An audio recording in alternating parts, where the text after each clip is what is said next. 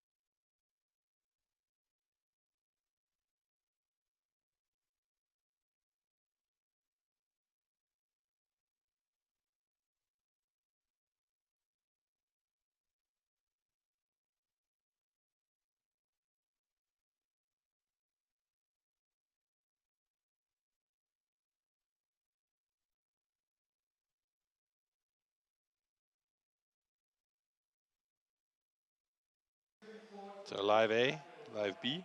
Are you live? Yeah, so I'm live.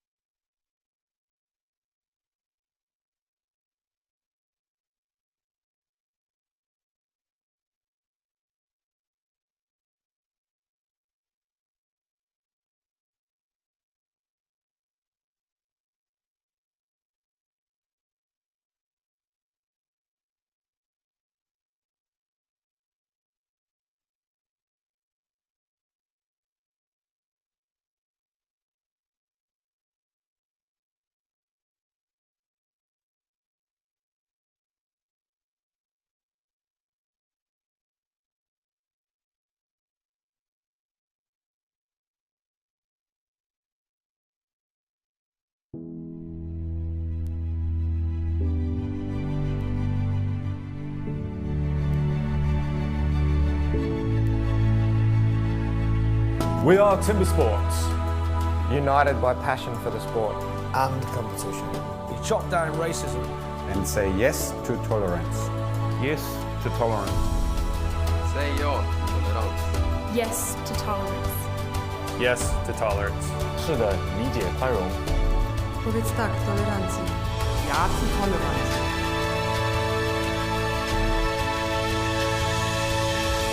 We are Timbersports.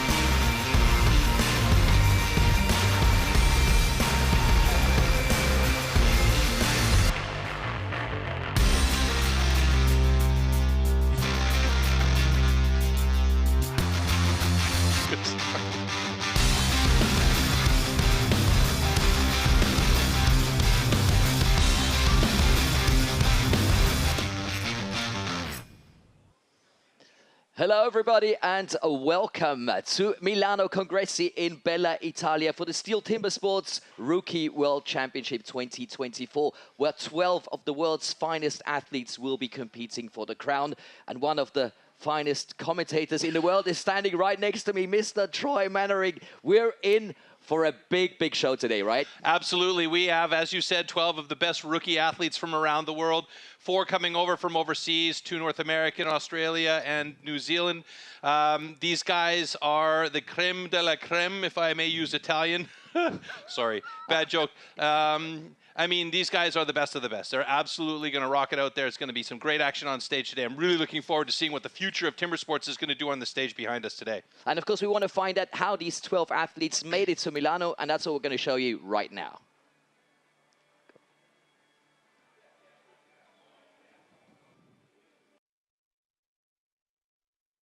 And the on-field announcer, welcome to Milano, benvenuti a Milano. You can see City Life here. We are amongst the Mico Convention Center and I'm so excited. Sono molto emozionato, non sono l'unico a essere emozionato. E allora facciamoci sentire. Ciao Milano! Ciao Milano! Hey, hey, hey! Hey, hey! Che emozione, what an emotion, what an adrenalinic day it's gonna be. We have 2 competition starting now. Iniziamo subito oggi con la STIHL Rookie World Cup and World Championship 2024-2024 with the 12th best of the world competing here for a big showdown. E quindi sarà uno showdown numero 1 prima di arrivare questa sera alla World Trophy. Quindi siamo carichi? Siete carichi Milano? All right. Benissimo. And so andiamo a presentare qui i nostri giudici di gara. We are going to present the Global Sports Director from Great Britain. Hello to Mr. Spike Milton. E ancora, Global Sports Director, the second from the USA, dagli Stati Uniti, Nathan Waterfield. Hello, Mr. Waterfield.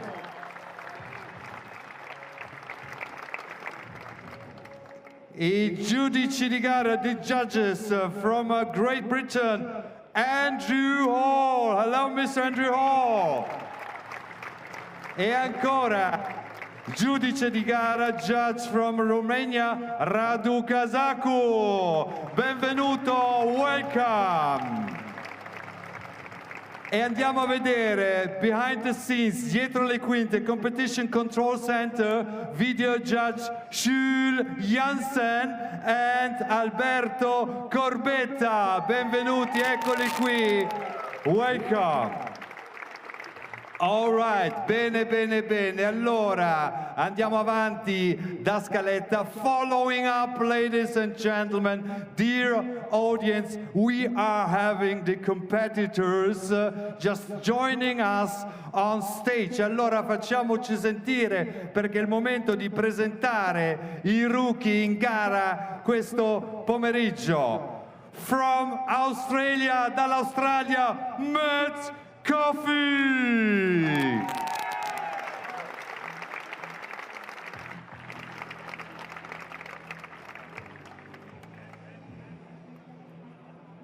E un saluto ancora. Okay, ladies and gentlemen, from Belgium, dal Belgio, Camille van der Remdong. All right, eccolo. Very warm welcome. And the next one to come, ecco il prossimo, attenzione, dal Canada, from Canada, Matthew Barr.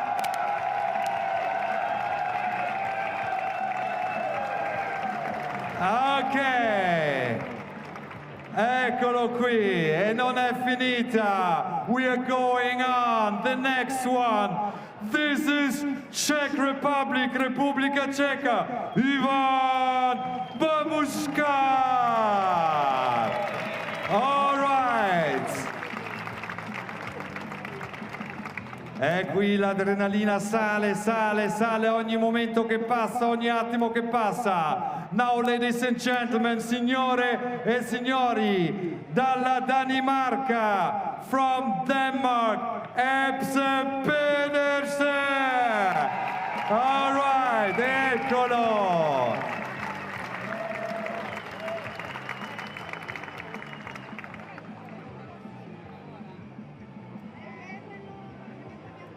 Ok, e allora è il momento della rookie della Gran Bretagna.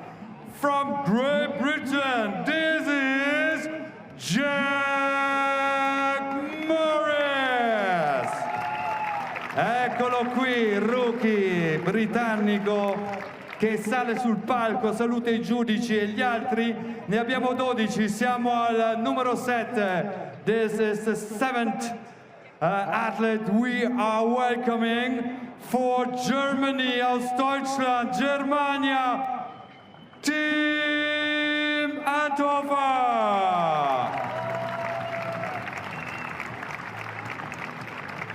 E adesso andiamo lontano perché è il momento dell'atleta della Nuova Zelanda, from New Zealand, Cleveland Cherry. Hello and welcome in Milano.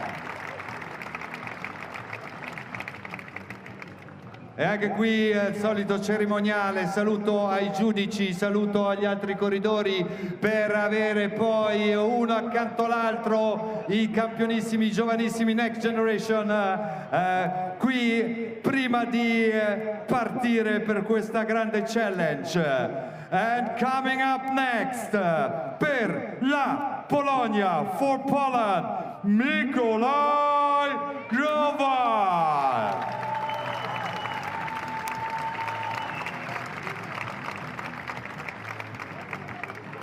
Eh sì. Sì, uno dopo l'altro, questi sono i momenti antecedenti alla grande gara, alla grande sfida, è il momento della presentazione dei rookie. Allora adesso vediamo che l'atleta polacco ha preso posizione, allora è il momento della Svizzera, Switzerland, this is Sean Schweiz, Hop die Schweiz. Eccolo qui l'elvetico. Grande tensione, attimi di suspense, attimi di presentazione, attimi di gioia, attimi che raccolgono in nuce tutto quanto che andrà ad accadere. Ma noi non ci fermiamo perché abbiamo l'atleta numero 11. Eccolo qui dagli Stati Uniti, from the USA, Kevin Promer. All right.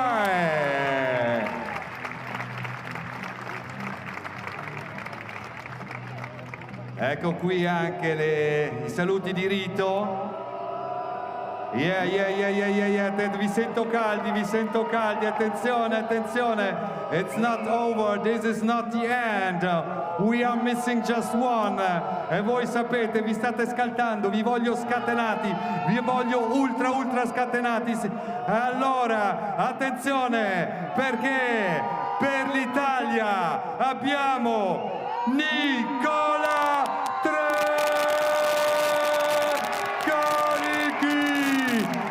carichi, Nicola Italy.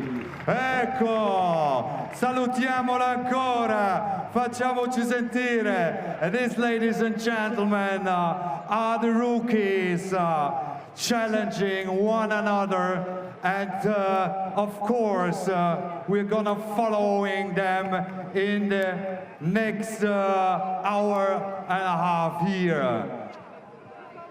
Ultima carrellata ancora sugli atleti. Once again, one big view over the rookies.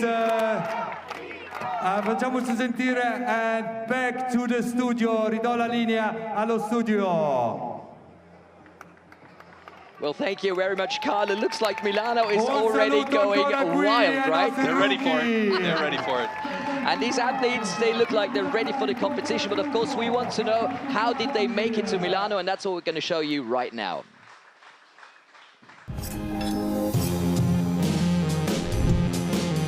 Like, keep hearing.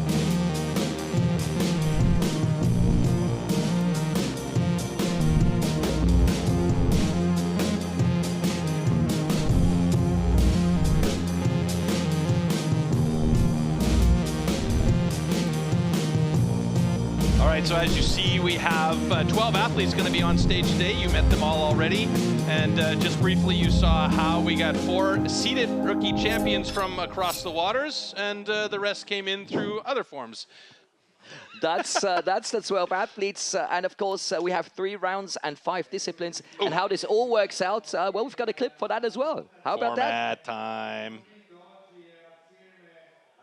STIHL Timbersports Rookie International Championship competition. The International Rookie Championships are held in a 3-round elimination format. In the first round, all rookies compete in 2 disciplines, the underhand chop and the stock saw.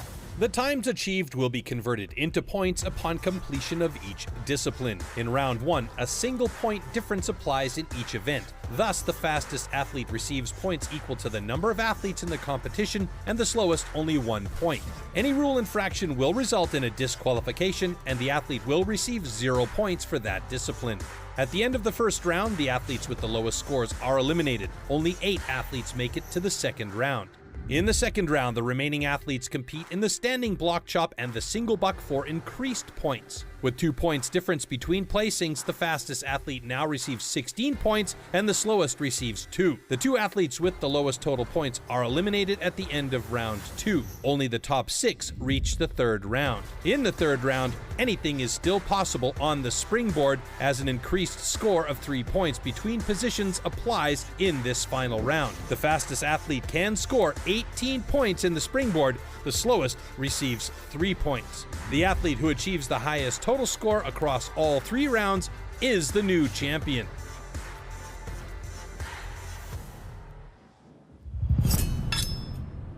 And of course, the first discipline is the underhand chop, and we want to take a closer look at the discipline and the axe that our athletes are going to be using.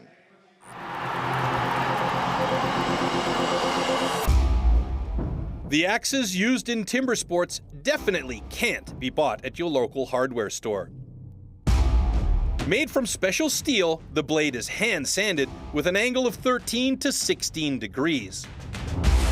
It's custom built and carefully adjusted for each competition. The weight is around 3 kilos and it's about 80 centimeters long. The blade is so sharp that you could shave with it.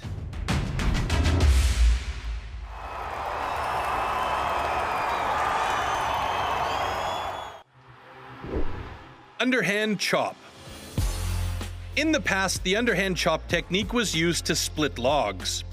Standing on a horizontally anchored block, the athletes use an axe to cut through a 30-centimeter log. The block has to be worked from both sides.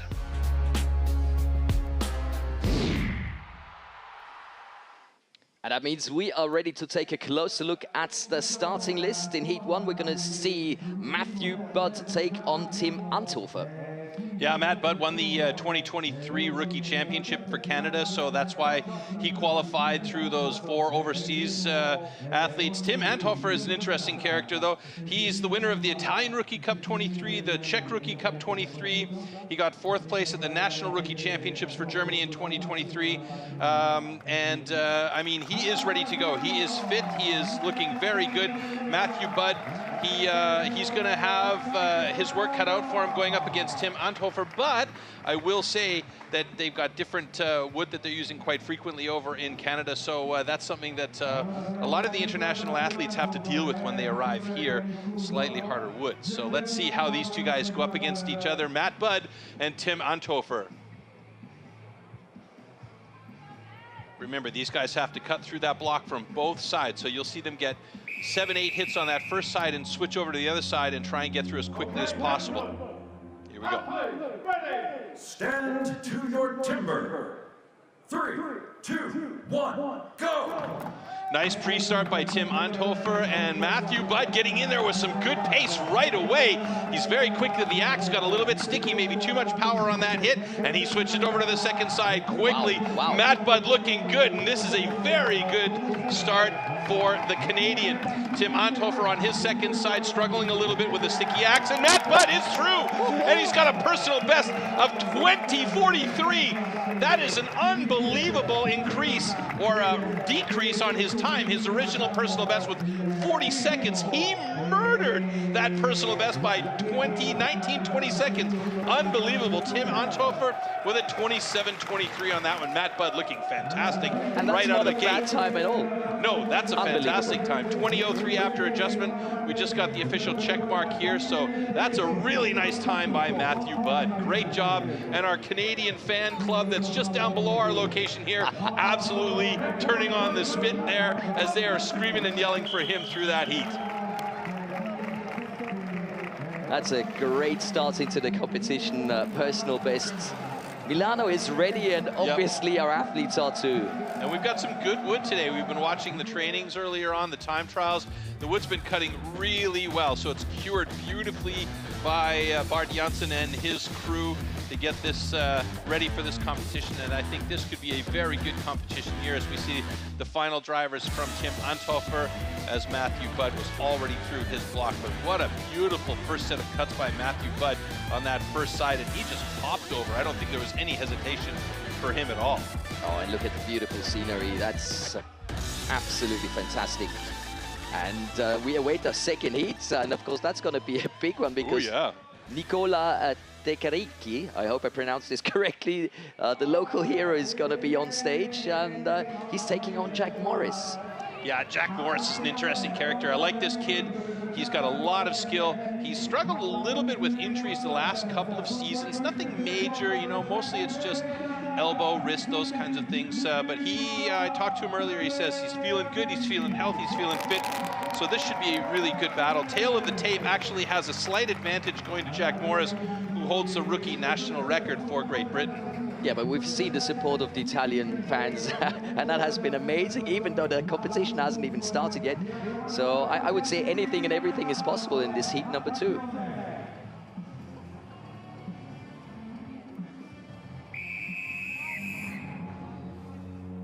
Okay, gentlemen.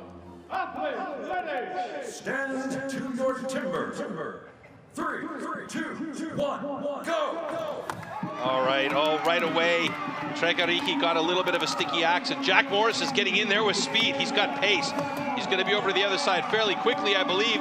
Tregariki getting stuck in there a couple of times. Morris on the second side of his block already getting through. He's got a wide open angle on that one. Tregariki now about 7-8 drivers behind Morris on that second side as Jack Morris' advantage comes into play here. A few more drivers for him, and he is through at 25.64. That is a nice time for Jack Morris, not his personal best. 2 seconds off pace there. And Tregariki with a 32.16. Both of those times are unofficial right now until our judge gives a thumbs up. But everything looks good to go for both of these guys at this point. Jack Morris, if his time stands, will have the second fastest time of the day so far. I don't think that Nicola is going to be too happy about this, to be honest. No, he's definitely been faster by 7 seconds in the past. Uh-oh. And there's a lot of looking at this. Oh, it looks like he might have cut into the footholds, which could be a devastating hit for Tregariki because he's going to be disqualified if that is the case. And that would be really a terrible start for the young man from Italy. Of course, it means he would only be disqualified in the underhand job, not receiving points in this discipline. However, this cut is good. Oh, there we have it. So that was definitely a cut foothold. So this is one of those things that the rule book says this is also a safety measure for these athletes on stage. Even though they are wearing chainmail socks under their very soft shoes, they're not allowed to cut into that foothold where they stand. So if they do, that means it's a disqualification. Look at the start here. Tregariki got stuck, and Jack Morris had 2 hits in already by the time Tregariki got his axe out. And there is that point where you see that cut foothold, and that was unfortunate for the Italian. You know, there's a lot of pressure on the local guys to perform here, and it really makes it difficult for them. And you gotta give them respect out there. And the last couple of drivers here from Jack Morris to get through that block. You can see those shoes are very soft, and if that axe hit those shoes without those chainmail socks, we got a half a foot there instead of 1. And talking about the pressure, we've seen it happen so many times. It's great to have the audience behind you, but of course, it's an extra pressure. And this sport is so brutal. You know, one mistake and things start to get really, really difficult. We're in heat number 3 with Gavin Brombach against Mikolaj Grönwald. That's going to be an interesting one, if you ask me. If you look at the personal bests, they're very, very close together. Gavin got 7th place last year in Rotterdam at the Rookie World Championships 2023. He's the national rookie champion. Mikolaj Grönwald, well, I mean, his family is basically living, breathing, eating, and sleeping timber sports. His younger brother is competing in the pro level now. His father competes, and the whole family are insanely good athletes. Yeah, and last year his brother won the Rookie World Championship in Rotterdam. 3, 2, 1, go! So Mikolaj looking to do the same thing for himself this year as his brother did last year. Gavin Brombach looking very good on the first side of his block. A little bit of a sticky axe there, although I think he should be switching over fairly quickly. Mikolaj already onto the other side. And look at the pace at which he's hitting right now. That is quick for Mikolaj Grönwald. Could we have a really good time here for the young man from Poland? It looks like it's going to be good. Oh, 22.57. Of course, that's unofficial, and I think in this case it's going to be higher. Yep, it went up to 23.46. Brombach, excuse me, with a 26.10. Now again, these times are unofficial right off the hop. We have to wait for the last camera look at those and to make sure our competition control center and Jules Janssen and the guys down there readjust to make sure we have a really accurate time. Okay, congratulations. Both cuts are good. Both cuts are good. A fantastic time by Mikolaj Grönwald. That puts him in 2nd place, just ahead of Jack Morris in the underhand chop. And Gavin Brombach with a 25.67 sits in 4th place, just behind Jack Morris. So it's a nice little mix that's going on here, and we're seeing some really, really nice talent on stage right now for these rookies. Let's look at this again. Great pre-anticipation there from Gavin. I mean, that was just fantastic timing on his part. Started to lift the axe. As long as the axe doesn't strike the block by the time the go signal goes, they can stand up there with the axe in the air as long as they want. Doesn't make any sense, but they can. If they want, yes, why not? And you can see here the accuracy of Nikolai Grunwald's drivers. He practices this a lot. How smooth are those sidewalls? Yeah, it's absolutely beautiful. And that's the big thing. Accurate is fast, because if you can get in clean on those previous cut points, then you're not cutting new wood every time. And that, of course, is what our next two athletes are going to be trying to do. We've got Sean Oesch from Switzerland taking on Esben Pedersen from Denmark. 21.37 the personal best from Sean and 22.12 from Esben. So that again could be a very close encounter. And you can see the full focus, both of them breathing in. It is a very special situation. You don't have these competitions like the World Championship every day. And oh wow, let's go. Okay, gentlemen. Sean Oesch, third place Rookie Academy this year. Both of these guys will have to jump up to the pros or the intermediate after this season. So Esben Pedersen really sticky on that first driver. Sean Oesch as well. So it looks like these guys are tied up in some even heat. And now Sean Oesch is starting to get the pace going as he slips over to the other side, well ahead of Esben Pedersen, about 4 or 5 drivers, I would say. Esben Pedersen on the second side of his block. This may be a good time for Sean Oesch, is looking really good. Oh, a massively sticky block. Esben steps down, and Sean Oesch steps down, excuse me. Esben Pedersen was going to get there, and Sean Oesch has managed to do it. It looked like Esben Pedersen was actually going to be faster. He got a very sticky axe, but at the same time, Sean Oesch stepped down off his block, and if you step down, you're not allowed to swing that axe, so he's got to be back up and secure before he starts to swing again. That was an interesting heat. Both pretty good times, though. Puts him right in the middle of the mix here. Sean Oesch in third place, Esben Pedersen in 6th place at the moment. And the faces say it all. Yeah. Sean was a bit disgusted with that at the end, but it's a great time. You know, he's in third position at the moment, as you just mentioned, but look at him, he's just not happy. So yeah. Yeah, he knows. I mean, at least he had the wherewithal to not swing the axe while he had his foot on the floor. Absolutely, you know, absolutely. In the heat of competition, you get your foot down on the floor and you just want to keep going and hammering at that block. But you know, he your was. face says it all as well, by the way. He was on point. He knew what he had to do, get back up there and keep going, and he did a good job. So, you know, their personal bests not reached here. Sean Oesch a bit closer than Esben in this case. Esben getting an official time 29.22. Sean Oesch with a 23.67. Now let's take a look back here. Yeah, that says it all right there from Esben. Bad salad this morning or something, maybe. Good start by both these guys. Both of them got a bit of a sticky axe on that first driver, but then got into the pace. But what was amazing for me is, and I actually called that Sean Oesch, but it was Esben Pedersen who was over to the second side of his block faster. And he really started to pick up the pace on the second side. And that's interesting to watch athletes who are a bit slower on the first side, but then start to really hammer with, you know, with precision and speed on that second side. And there you can see Sean Oesch trying to get back up on top before he swings that axe. And it was just one driver to get through. And that's why he was going, ugh. Yeah, that was that face. And yeah, we see Esben Pedersen did the same thing.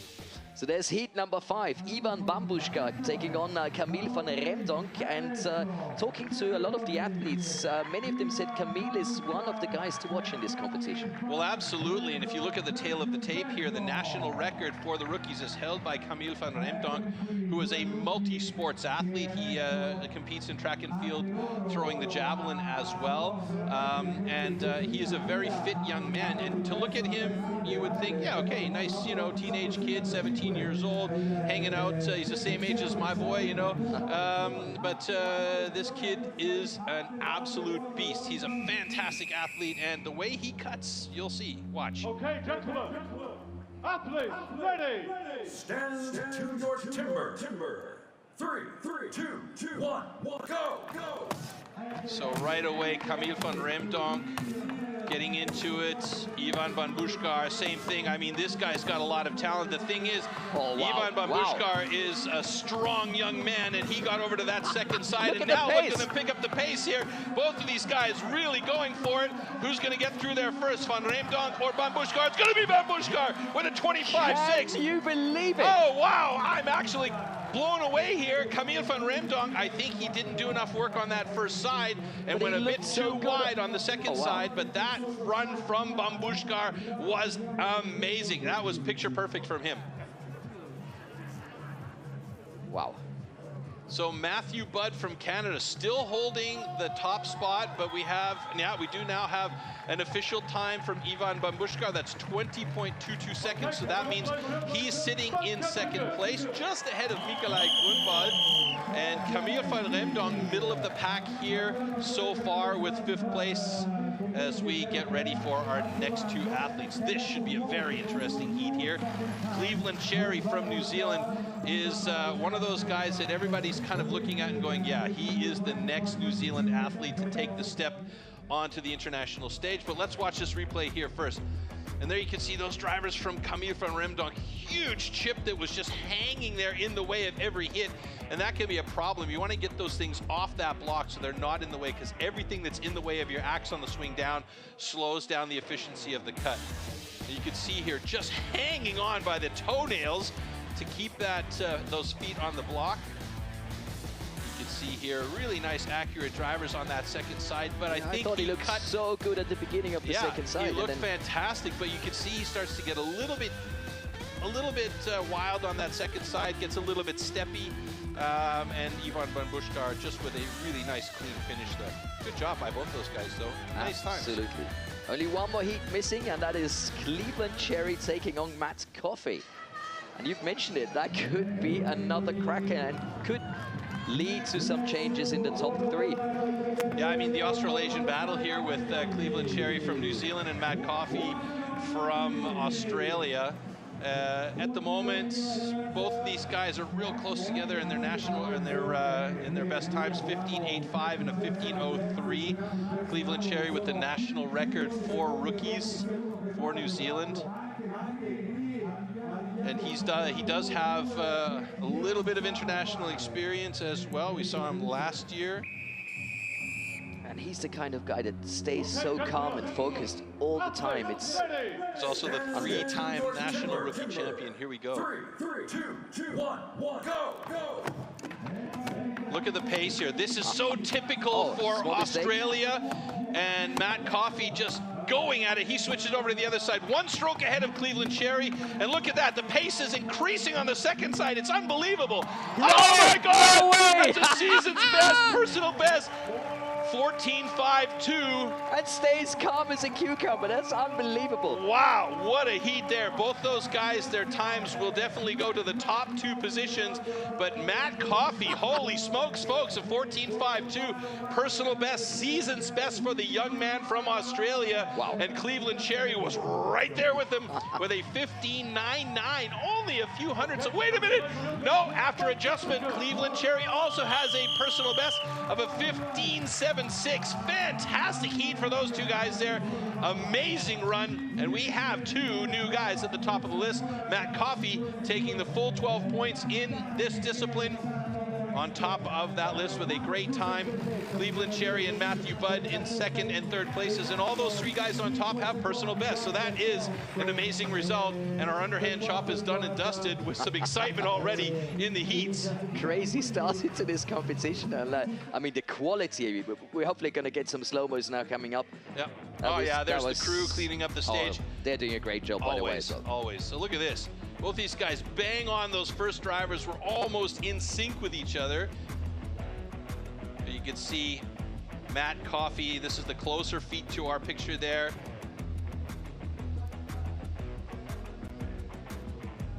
And that's the Cleveland Cherry view. And you can see him just banging away at that block. A bit of a sticky one right there. Took him a long time to get out. Needed to wrench it to get out there. But look at Matt Coffey here. I mean, those are some beautiful drivers. Nice and accurate, nice and clean on those sides. Cleveland getting stuck again. And those are those things. You know, you throw a bit too much power into this in the wrong position, cutting new wood, and you get stuck. If you got a nice clean line and you keep the pace going, just like Matt did there, you got a great cut through and a nice time and a personal best. Well done. He's really euphoric on that one, right? Yeah. Well done, sir. That's brilliant. So like you mentioned, Coffee in the lead with 12 points after this first discipline. We've got Jerry and Bud on his tail. And of course, Bambushka and Grönwald. That's the top 5 at the moment. Yep. And that's the way the overall standing will look after that first discipline. So once we get into the second disciplines, and I mean, each of these guys have different strengths and weaknesses. So as we start to work into the next disciplines, you'll see how the rankings will start to adjust and switch around. Talking about the next discipline, that's going to be the stock saw, and that is a very special one. That's the MS6661. That's a saw you can actually buy in any shop. I think you got one at home as well, right? I wish. Oh, well, that's what it's all about. Take a look at the next video.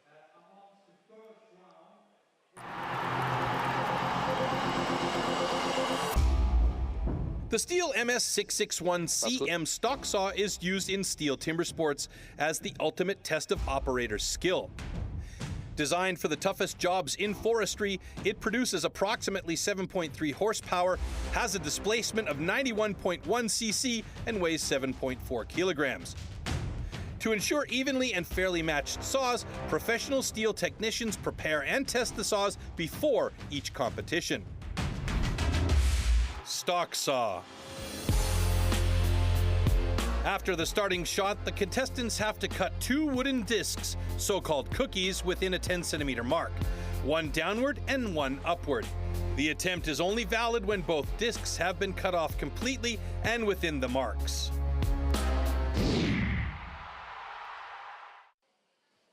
So let's take a look at the heats that we're going to see. Matthew Budd taking on Matt Coffey. We'll have to see Jack Morris take on Jean Oesch, then Camille van Remdonk against Ivan Bambushka. Heat number 4 consisting of Cleveland Jerry and Espen Pedersen. In heat 5, we're going to see Gavin Brombo against Nicola Trikariki. And in heat number 6, finally, then Tim Anthofer against Mikolaj Grönwald. Yeah, Belgium, that is... Camille van Remdonk, they have a really good history with the motor saw in hand. That's not to say that none of these other countries do, but for whatever reason, you know, Belgium and Denmark have really solid stock sawyers. So let's see how this goes down. Meanwhile, Matt Budd and Matthew Budd and Matt Coffey. I don't know if he likes to be called Matthew or Matt, but we'll call him Matthew Budd for now, and Matt Coffey getting ready on this stand. Now you can see here those big blocks they have to cut through. There are the MS661 stock saws. No changes on the chain, no changes to the motor. Everything nice and safe. Same. So really it's about feeling the saw, listening to the sound the saw is making. Is it bogging out when you push down, or is it running a little bit too wild? And just keeping an ear more or less on what that saw is doing. It's about feel, it's not about power here. Athletes, ready. And it's the number 1, Matt Coffey, against the number 3 after the first discipline, Matthew Budd. That's a great start. Really nice start by both of these guys. Thin to win is the word here, and Matthew Budd definitely having the thinner first cookie, but that second cookie is kind of fat, and he's got a good time. 9.96. That's a season's best, personal best for the young Canadian. Great job there. Matt Coffey from Australia with a 10.94. Again, these are unofficial times until our competition control center gives us the check mark and changes. And you said, let's see how they get along. Well, that's the answer. 2 personal bests if they are officially approved.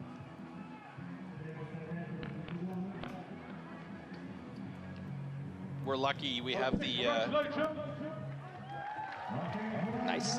Both cuts are good. Personal best there by Matt Coffey, and it doesn't show, it does show it. Season's best and personal best by Matthew Budd. At 9.37, under 10 seconds. That is a great stock saw when you think about the world record for stock saws, 9.09. So that's a really nice run by the Canadian. Speaking of the Canadians, the whole Canadian fan club is on the stands just below our location here, and our tower is attached and they to are that. loud, and when really, they're jumping really around and it's like earthquake mode up here. So let's take a look at this again here.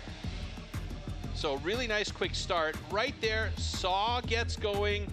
bit of an angle there by Matt Coffey heading down, but he corrects slightly. Now this first cookie by Matthew Budd is very, very nice. The transition, a bit of a swing, and then he leans into reset. Now that could be a dangerous situation on the upcut, but he's got a pretty decent cookie and his alignment is good. He's nowhere near that cutout line, so he's pretty safe in that respect. And there you can see that first cut. Ooh, it came real close to the edge there. You mentioned thin to win. So yeah, thin to win is the key on that second cookie. Now the transition from Matt Coffey was really, really nice. It was quick and it was accurate. Got a bit of a thicker cookie on the upcut, but that's okay. He didn't go over the line. And there you can see from those little hidden cameras that we have underneath the stands how those transitions can really work. The best in the world, you'll barely see the saw move away from the block as they transition to that upcut and have a nice clean line. There, Matthew Budd again. Boy, he got that motor right on, huh? So in the future, he'll probably want to not push the motor over so much. Sometimes you'll also see the guys adjust their footing a little bit, and that's just to make sure they're getting that comfortable feeling as they do move the saw through the wood. But the drawback but the drawback to moving your footing around is the change of the angle of the saw and your position and your alignment. So that can sometimes cause problems. Now, Jack Morris is a real solid stock sawyer. Sean Ush, quite adept as well. Tail of the tape gives the advantage to Jack Morris. And you can see he's been keeping himself fit. Sean Ush been really, really working hard to make sure that he is on point for this rookie competition. And again, Sean Ush will have to step up to the next level, whether it be pro or intermediate, after this season. And of course, there are plenty of British fans here to keep a close eye on Jack Morris, including his older brother, who I met earlier on. I just love that sound. Yeah, hey, if you're a gas head, this is absolutely, you know, for the rookies, they don't have a hot saw, so if you're a gas head and a rookie fan, this is where you want to be.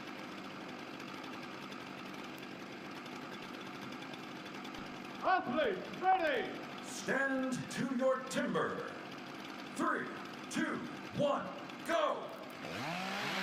Ooh, good start by Sean Ush. Jack Morris was a little bit slow. Ooh. Look at that cookie, though. It's massive. He's got to be careful on that upcut.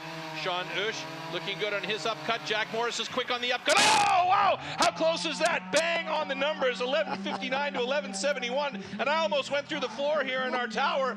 That was so close on the upcut. Although Jack Morris was a little bit slow on that first cut, they're going to check really closely on those lines because both of those guys had fat old cookies to start off with. Those kind of cookies don't even come out of grandma's oven. Jeez Louise.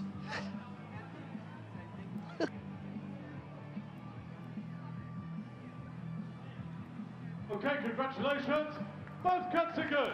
That's what we want to hear. That's what we want to hear. There we go. So an 11.36 for Jack Morris, an 11.51 for Sean Ush. And boy, those cookies, I mean, maybe it was the advantage of the thicker cookie falling faster because the times were that close, right? Never heard that one before, but yeah, why not? Newton's apple, right? Oh, yeah. So here's the slow motions. Yeah, so we can take a closer look at those fat cookies. That was quite a massive lift. Like, I mean, he went up to the third floor and then came back down to the first floor to make that cut. Sean Ush's first cookie was really nice and thin, but you can see here, the transition, he moved over significantly. So that's where it becomes really critical to make sure you don't get to that line. Oh, I love that angle. I love that angle of the camera. It's a beautiful shot as well, especially in slow-mo. You can see those teeth really working. Now, that was the second cookie from Jack Morris. This one is Sean Ush's second cookie here. The second cookie from Jack Morris was really, really nice and thin. That first cookie, though, was a bit of a beast. See, he lifts way up high to try and find that line. So that first cookie from Morris was, yeah, add some chocolate chips and you've got yourself a proper meal there. And you can see on the far side, the picture's a little bit fuzzy, but you can see it was definitely a thinner one. All right, coming up next, Camille van Remdonk going up against Ivan Bonbushkar. Ivan Bonbushkar is the guy with that rookie world record. Can he do it again? The wood's been cutting really well today. Camille van Remdonk knows that Bonbushkar has that world record. Now, let's not forget, folks, this is not elimination action here. These guys are just looking for the best time possible, but knowing that you've got the world record holder behind you is going to motivate Camille a little bit, I would say, to get that fast time.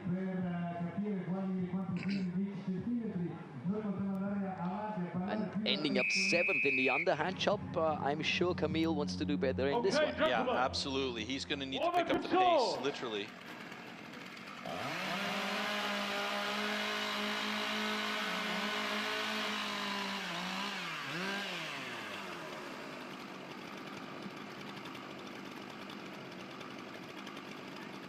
Athletes, ready! Stand to your timber. Copy that. 3, 2, 1, go! Great start by Bambushkar. Camille van Remdonk got a nice thin cookie to start as well. Bambushkar, fantastic. Van Remdonk really quick on the transition. Oh, whoa! That's close. Personal best for Van Remdonk right off the hop, 10.59. Bambushkar with a 10.71, and another one is really close, and Camille is super pumped about that one because he knows he had a proper competitor behind him on that one. So 6 athletes, 3 personal bests already. Not too bad, not too bad at all. No, love those personal bests that come out in the wash as well. That's always good to see. Okay, congratulations. So Andy Hall, our head judge on stage today for this rookie competition, gives us a thumbs up for both Camille and Ivan. And updated times, 10:44 Van Remdonk and a 10:52 for, excuse me, a 10:53 for Ivan Bambushkar. So Camille van Remdonk slips into 2nd place in the stock saw rankings here. Let's watch this slow-mo again. Yeah, Camille was just a hair faster getting to that saw and starting it off, so that boded well for him, and he's got a nice accurate cut there. Ivan Bambushkar, nice and thin. That second cookie, though, oh boy, that was a beast as well. Transition, that was the transition for Bambushkar as well. Oh, that's a beautiful transition from Camille, though. You can see he's got a pretty thin cookie there too, so nice accurate cuts. That might have made the difference. That, I think, absolutely made the difference, because you have to think about it. The more wood you have on the outside of that saw blade, the more pressure it's going to apply, believe it or not. You're cutting wood out of the way, but there is still an action of the wood compressing on the chain of the saw on the bar. So those things make a difference. 1/10 of a second, so that might be the big difference. And they'll take every advantage they can get on stage. So that's next heat coming up. Cleveland Cherry taking on Espen Pedersen. I gotta tell you, Cleveland Cherry, one of the best names in timber sports, really. Sure.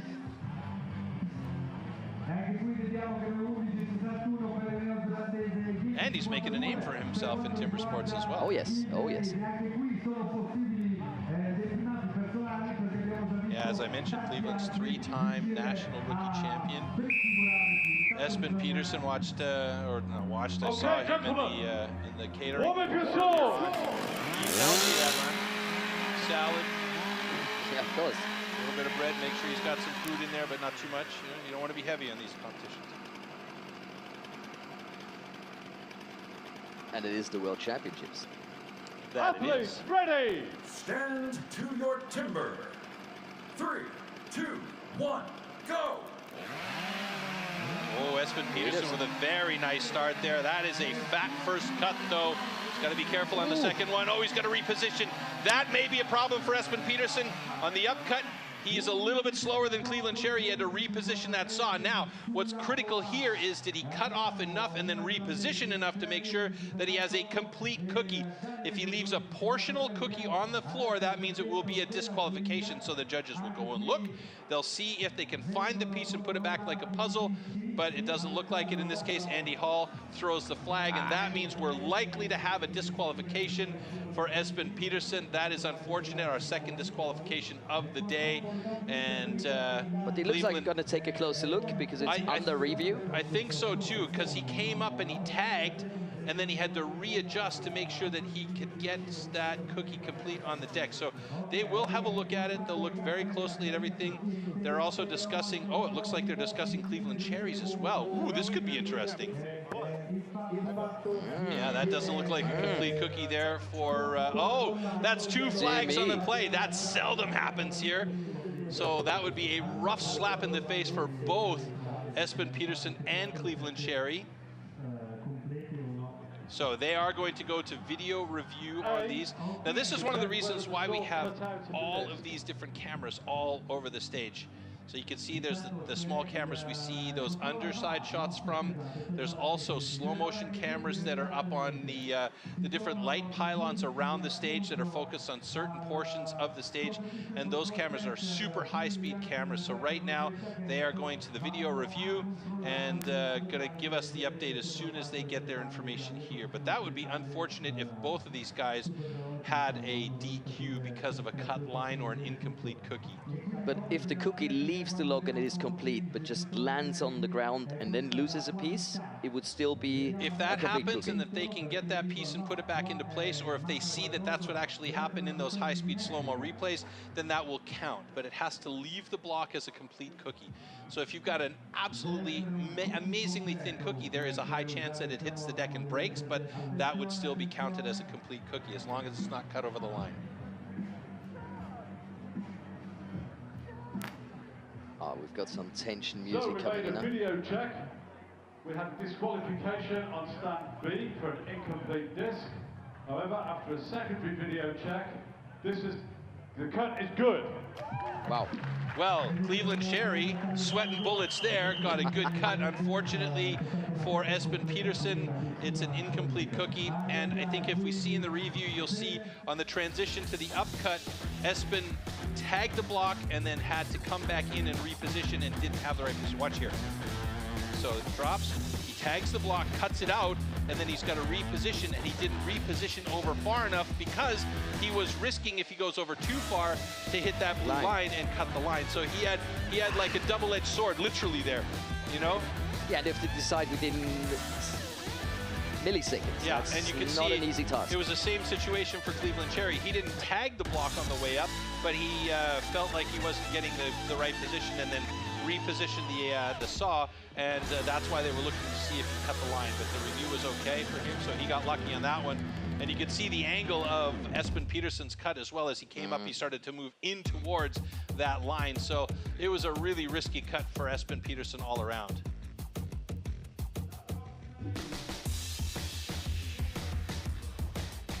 Interesting to see the different styles of the different athletes as well. You see these two guys are kind of standing to the side of their saws and guiding from the side, where a lot of the guys will stand right in front of the saw. So basically the handle of the saw sits at their belly button and they're like stepping over their saw. It's getting loud again in Milano. Yes, it is. So Nicola is going to have a chance here for redemption after being disqualified in the underhand chop for cutting the foothold. So will he be able to do it in the stock saw? He is going up against Gavin Brumbaugh.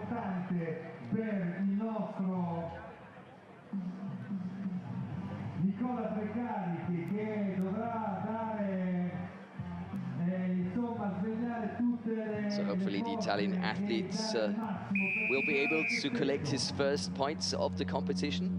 Yeah, it would be disappointment if he didn't get something. Athletes, ready! So he does. Copy that. Hold on.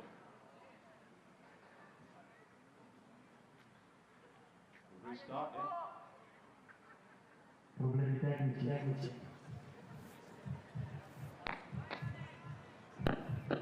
Okay, gentlemen, warm up your swords.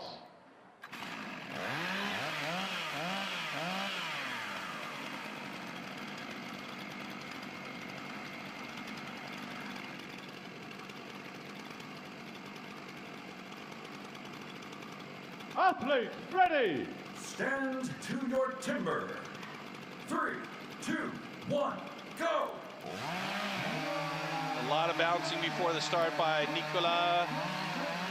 Gavin, oh! Something happened there with Gavin. I think that chain might have stalled mid-cut. Nicola, oh! Personal best for Trekaniki with a 10.55. Gavin Brumbaugh having all sorts of problems, and that upcut is super thin, but is he having a complete cookie on the deck? And you can see there, he is beside himself. He knows something went wrong. He pushed a little bit too hard on the downstroke, and I think the chain actually stopped, so he had to back up, re-give it some gas, and then push again. Let's see what we see in the replay, and if we have a yellow flag on the play. I don't think we will, though. I don't see any chance of them being near the line. It's about complete. Oh, There's we do. The flag. Oh, There's no. the flag. Oh. Oh, no. Under That's review horrible. on Gavin Brumbaugh's stand. So they are going to look at it again because of an incomplete cookie. Everything that could go wrong just went wrong. Disqualification for a cut line. Oh, it's a cut line. Excuse me. Cut is good. The angle must have been really wild then because of the cut line, because from our perspective up here, I still see most of the line on Gavin's block, but he is going to be disappointed after that. And you knew it. You knew it right afterwards. He put his hands on his face and he was just like, oh my God. And Garicki putting himself into second position, and I think we can talk to him. So let's find if Carlo has Nicola. Circuito live, quindi okay, all right, we are here with the Italian Nicola Trecarichi competing here in Italy. È la tua gara di casa, allora spiegaci un po' qual è l'emozione, quali sono i momenti che fino adesso ti hanno accompagnato. Allora, l'emozione è veramente tanta, per me è già un onore essere qua e ringrazio anche tutto il pubblico, i tifosi e tutto. Per me è stata già una cosa molto importante essere qua oggi e partecipare a questa competizione con degli atleti fortissimi. Ho cercato di dare il massimo, purtroppo ho avuto la squalifica nell'Underhand perché ho tagliato la pedana e adesso mi sono rifatto un po' con la stock, so vediamo i punteggi e vediamo come andrà. He says he's very honored to be part of this competition, to be able to compete here in Italy, in his country. He said he's giving the maximum he had. Unfortunately, he was disqualified in one of the two races up to now, disciplines up to now. In the second one, he did really good, and he hopes to get to the next round. Of course, it's not easy, but he says it was really, really great for him to compete amongst so many good other competitors. Qual è, diciamo, se qualcuno non conosce questa disciplina, qual è il bello, cos'è il bello dei timber sports? Qual è l'emozione, quali sono, diciamo, le highlights di questo sport? Diciamo che se uno vuole sfogarsi, questo è l'ideale. I just asked him what is the most important thing you can tell us. What are the highlights of this sport? If you're just frustrated, this is the right sport to get off this frustration, to feel better again. Grazie a Nicola Trecarichi. Thank you so much. Un applauso. Back to the studio. This is Milano. This is STIHL World Championships, Rookie World Championship 2024. Was that the same with you, Troy, starting with timber sports? Yeah. Frustration. All right, let's take a look back here. You can see Nicola and Gavin. Now, Gavin, I wouldn't mind seeing that first cut from him again. There's something that happened on that first cut, and then he actually had a really strange angle going from the inside cut. On the upcut, I think it was the problem. Maybe we can get a different angle for Gavin there. Yeah, it looked like his bar on his saw was pointing to the left, and that's why he cut a little bit too much over the line, and that was the reason for his disqualification. But love to see that personal best by Nicola, and yeah, the improvement. Oh, you can see right there, Gavin is just heading towards that line. The angle of cut is just a little bit too far over, and there it is, just barely cutting it over. Yeah. Just one more heat coming up, but Nicola at the moment in 8th position. So either Team Anthofer or Nikolai Grönwald could still overtake him. Let's see what's gonna happen. So Nikolai Grönwald with a national record for rookies for Poland with a 10 and change. Tim Anthofer, on the other hand, is a little bit faster and doesn't hold a national record, but his personal best is just under 10 with a 9.98. And only the top 8 can make it to the next round. 9.88, excuse me, Nikolai with a 10.12. Okay, gentlemen, warm up your swords.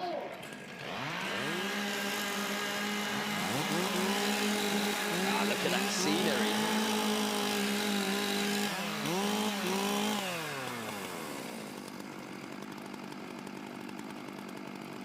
Athletes, ready! Stand to your timber. 3, 2, 1, go!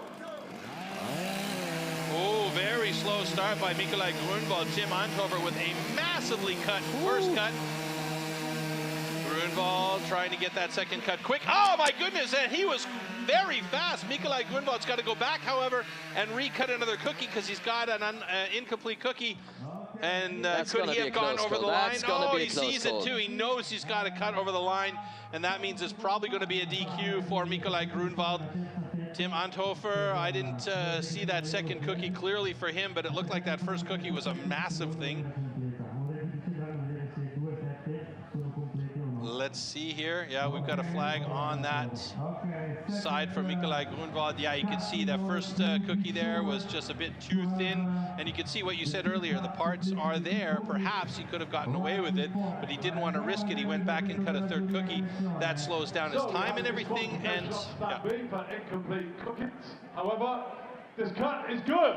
All right, so Tim Anthofer with a 10-6-0, and unfortunately for Mikolaj Grunwald, a DQ in the stock saw, and that finishes our first round of action up. We'll eliminate a few athletes here, and that means we'll go on to the next round with, correct me if I'm wrong, 8 guys. Absolutely, and if my maths is not wrong, Tim Anthofer just made it to 8th position now in the overall score, and Nicola Trecaricchi would have to leave us in this competition, but let's wait for the official results. That will be coming up in just a moment. The problem we're looking at here is these guys in 7, 8, and 9 all have 11 points each. Yeah, but it's about the times then for each of the individual disciplines, and Tim Anthofer was just a little bit faster in the other 2 disciplines. Yeah, the DQ, of course, is not helpful. Not helpful at all, yeah. Oh, it's so much about tactics as well. It doesn't have to be underestimate that. But great slow-mos again that we're getting delivered here from our cameras. Yeah, the camera crew are second to none here for these events, and they really get themselves into those precarious positions. You know, the guys will be sitting down there, Booma and crew on stage with their faces being completely filled with sawdust, getting those fantastic shots on those really, really crazy angles, yeah? And there you can see, I don't know what happened there. Mikolaj had a really slow start lined up, and then we could see this cut here from Mikolaj. It's very thin, that first cookie, and I think it might have been the first cookie that was the problem cookie, but I'm not 100% sure. So, yeah, unfortunately, we see the results there for stock saw, and now we should be able to also see the change in the overall standings.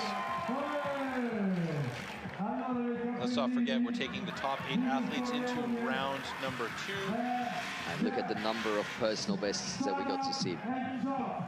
All right. Beautiful mountain shots, and then, yeah, us. And then us too. Here we go.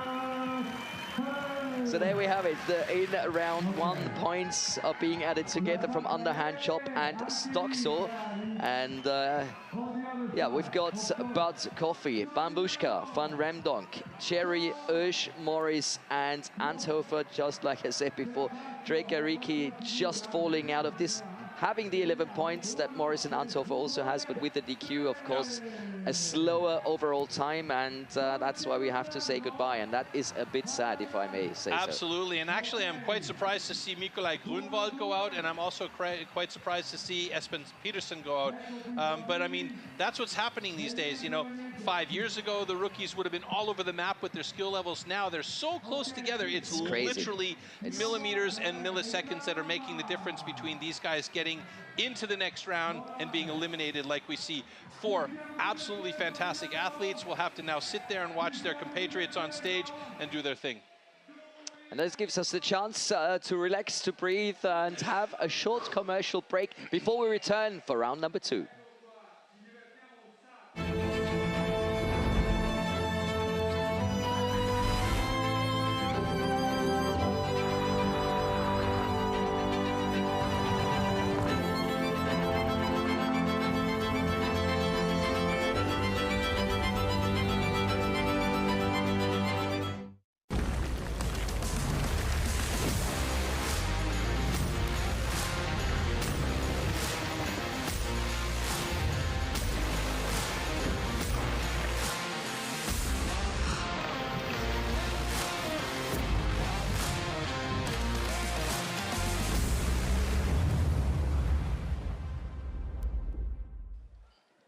Yep, we are ready for round number 2, and of course our judges now have to find out what the heats are going to look like, which might make a little difference as we are getting closer and closer towards round number 3. We've got the discipline standing block chop coming up. We'll tell you all about this in just a moment, but for now, Troy, how's it been for you so far? You mentioned those athletes, you know, getting better and better, getting closer together. It has been quite a change over the last few years. Well, if you watch the way that the athletes have developed over the last few years, you're not seeing these massive guys that are basically just throwing, nice, that are just throwing everything at it that they have. They're very fit athletes, and even if they are bigger guys, they're super fit. You can see how quickly they move. They're agile. You know, we've seen some guys that are, you know, in my weight class and above, that are moving around like cats on these springboards. Later on, we'll see the springboard with one board with these rookies. But, you know, the fitness level of these guys has gone through the roof. And we're seeing that with the rookies through the pros. And this is the next generation of athletes that are going to be the pros. And they're the ones to watch today to see who's going to be the stars of next year. And we've just seen that the heats are ready. And, of course, we want to tell you everything you need to know about the next discipline. So take a closer look. Standing block chop. At the standing block chop, the felling of a tree with an axe is simulated. A vertically positioned wooden block with a diameter of 27 centimeters has to be cut through from both sides. A powerful and precise swing with the axe is the premise of a good result. 8 athletes remaining. That means we have 4 more heats coming up, and the first heat is between Tim Anthofer and Jack Morris. So Jack Morris and Tim Anthofer, by tail of the tape, are really, really evenly matched up. Jack Morris with the national record for rookies. And you can see here Tim with a 19.56, Jack Morris with a 19.33. So slight advantage to Jack Morris. Tim Anthofer is a bigger man, though. He's got a bit more power. But like I said earlier, it's not necessarily all about power. You got to find those exactly right angles, and you actually have to put the axe in accurately. And if you have accurate hits, then you're going to be faster through the block. Absolutely. Okay, gentlemen. Look at those athletes ready. Oh, wow. Sharp. Here we go. And that first heat, that is always the most exciting one, if you ask me. All right, Jack Morris is really good at this discipline, by the way. He is a solid young man. He's small, but very powerful. And he's already over to the other side. Now, the question is, was his choice to go over to the other side after Maybe 6 or 7 hits? Might have been a bit too early. Tim Anthofer well behind, though, moving on to the second side, but he got a bit more work done on that first side. But it's looking good for Jack Morris. Oh! One final blow, 2 maybe. No, it's going to be more. He's got a thread that's hanging on. 25.78 for Jack Morris. That's well off his personal best. Oh, no, and Tim Anthofer broke the axe handle. He's got to go and get his backup axe. That kills his time massively, and that means he's going to keep going, but his time is going to be way off the mark. And one more driver, and he is off with 42.54. Oh, that is a devastating one for Tim. That axe handle just broke on that second-to-last driver, and he had to go over and get the backup axe. This is the reason why we have those axes up there. Boy, he really hammered it there. I wonder if he actually hit the handle on the way in on the block, or if something else was going on with that axe. Those are expensive tools to break like that as well. And hopefully we're going to see how it happened in the slow motion. Both cuts are good. That's at least something. That's a good thing about this heat, but 42.08 though for Tim Anthofer. That's like double plus a bit that his normal time. So yeah, that's a real unfortunate situation for the German. And he knew it was over. You could see him walk over to the axe, not speeding. Yeah, he didn't run or anything like that. There's no point in risking it. I mean, if you've got something else on the line and you know you can really make a difference, then get over there and get it done. But let's watch this here. You can see both of them getting in some really, really nice solid drivers there. Tim looking good. He's got that big chip that needs to come out though. And it's on the other side when he actually manages to break it. Now here we see Jack Morris move over to the other side. He is absolutely motivated this year. Look at those 2 drivers on the bottom there, really nice and accurate. Same thing on the top now. And this other angle from Jack, you can see he's just putting everything he's got into it. Right there, really sticky, a bit too much power in that one. Not cutting any new wood though, no steps there. That was a bit of a new shot. And you get tired, you get flat, and then that's when it starts to get a little bit harder to get through. Now here, you can see Tim. This is, I think, where he actually breaks the handle. Yeah, right there. Oh, my goodness. Woo. Yeah, that was a split in the axe handle, I believe. Maybe it happened along the way somewhere, and then when he actually impacted the block. Yeah, but that was massive. You can see another angle here. Let's see if we get this one through in the slow-mo. It's right. Yeah, the handle actually drove into the wood there, and he had the spike left in his horrible. hand. Yeah, that's horrible. But I mean, with respect, you know, he this is the second. He stepped back and he's like, oh man, and he's got to go over and get his other axe. So yeah. Let's see what Sean Oesch and Cleveland Cherry are going to show us in this heat number 2. The personal best would suggest that Cleveland Cherry is going to take this one home, but Cleveland's been working hard on this discipline. I think maybe this is going to be a good one for him. It hasn't been super solid for him. He's more underhand power, but I think it will be interesting to see how he performs in this one today, because I know that that he's been working hard on the standing.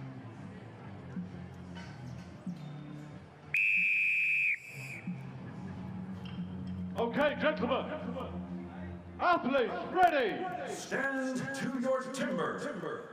3, 2, 1, go. Cleveland Cherry, look at that. Look at the pace. This is the pace that you usually see on the underhand chop. He's about 1.5 strokes ahead of Sean Oesch on the second side. This should be a good time for. Oh yes, look at that! A personal best 13.45. Both of them really killing it. And they both battered their personal best. Cleveland Cherry by 2 seconds and change. Sean Oesch by a good 4 seconds. So that was a fantastic run for both of these guys who really put everything into it. Amazing by both of them. Congratulations on personal best for these guys. And like I always say, you know, we love to see those personal bests fall. It means there's improvement across the board for them. And that is a good job by Cleveland Cherry. He went at that block like mad. Yeah, the crowd is going wild. Yeah. That was a great run. Brilliance. Can't wait for the replay. So you know. And I mean, yeah, okay, these guys, they go at it quick and everything, but, you know, normally you're seeing those really fast axes on the underhand chop because you got the gravity working in your favor in that case. But here, it's something you don't normally see with that kind of pace, but Cleveland absolutely went for it. And if Cleveland ever decides to stop competing on the timber sports, he could always go into singing, because he's got the perfect artist name for singing. Perfect artist name for anything, if you ask me. Really. But Sean Oesch, you know, 4 seconds better than his personal best. That is absolutely impressive. You can see the hits here. It gives you the number of hits it took these guys to get through that block. I mean, that was quick. 12 hits total. Boom. Boom. That was a beautiful last driver, huh? Jeez, look at that. Yeah, and Sean thought, yeah, I want to do that as well. Yeah, I mean, Sean was really quick, you know, because Cleveland was over to the other side, about 1.5 drivers ahead of Sean Oesch. Look at that first hit, though, by Sean. How deep did that axe go in there? Look at the work he has to do to take it out. And by then, Cleveland had already gotten 2 or 3 drivers into that block. Boom. See, that was a nice clean hit. The accuracy, beautiful by Sean Oesch there. And then he moves to the top after 2 from down below. Yeah, that was a nice run. And the highlights keep on coming in. Camille van Remdonk against Ivan Bambushka. Yeah, this is definitely Camille's discipline. National record with 12.48. This young man can swing this axe like crazy. Now, I don't want to jinx him, because I feel like I might have jinxed him on the underhand chop where he wasn't as strong as I thought he was going to be. But you know, the kid can swing him. Ivan Bambushka on the other side of the stage, far side from our position here, in the white and red jersey. Czech Republic being represented very well here. Okay, gentlemen. Athletes, ready. Stand to your timber. 3, 2, 1, go! So keep a close eye on both of them. Look at how quick they're swinging the axe. This seems to be the trend. And Camille van Remdonk does not like that block. Again, got a few chips hanging there, and he needs to get those out of the way. And you can see the power these guys are putting into that. Whoa! Camille van Remdonk done in 13:04. Ivan van Bushkar in 16:11. What on earth is going on at the moment? Nice times, and that means Camille van Remdonk will unofficially take over the top spot just ahead of Cleveland Cherry. Ivan van Bushkar slips into 4th place there, just ahead of Jack Morris. And remember, we're only taking the top 6 guys from round 2, and that is this discipline, the standing block chop, and the single buck before we send them to the single board springboard. Okay, so that pace was ridiculous. Absolutely. Awesome. And the crowd really enjoying this at the moment. Yeah, so one more heat to go here in this discipline, standing block chop, and that's heat number 4, but we'll take a look at the slow-mos before then with these beautiful towers in the background. Somebody mentioned to me the other day that it's a little bit like Dubai in the middle of Milan. Yeah, not far off. So there you can see even in slow motion, this is fast. Yeah, I mean, this is much faster than my speed. You can see here the difference in the hits. Camille van Remdonk taking 13 hits to get that done, and Ivan van Bushkar 14 hits. Again, you can see going in a bit flat on those last 2 drivers before he goes over to the other side. So this is what happens when you get a bit tired. Oh, and that was a big problem there for Camille. He could have been a bit faster, but he had a big chip that slabbed away, and that left a large piece of the block still standing there. He had a quick look at the time. He's like, and he also looked at Radu Kasagu, the other judge on stage, to make sure that there was no hand going back to the flag, you know? So there's heat number 4, just like you mentioned. And it is, of course, Australia versus Canada. Matt Coffey taking on Matthew Budd. These guys were the 2 guys at the top of the rankings coming into this discipline, so will they be able to retake the top spot, and who will be on the number 1 spot? At the moment, Matthew Budd from Canada was holding on to the top spot, so if he can get a good time here and be slightly faster than Matt Coffey, we may see that hold, but anything can happen in this sport, so let's see.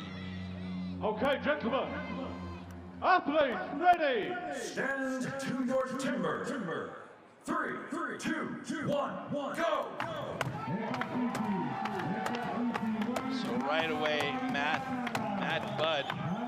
Matthew Budd getting into it, and oh, he's a bit slow getting to that second side compared to Matt Coffey. Matt Coffey looking good. He might get through there quick. Oh, personal best 14 seconds.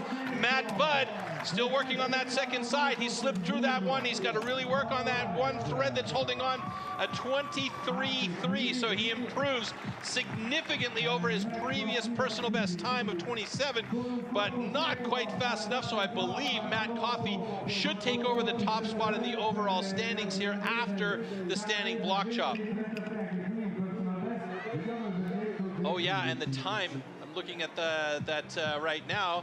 That time, because it was 21:31, even though it was a personal best, it slips Matthew Budd down fairly significantly in the standings to 6th place.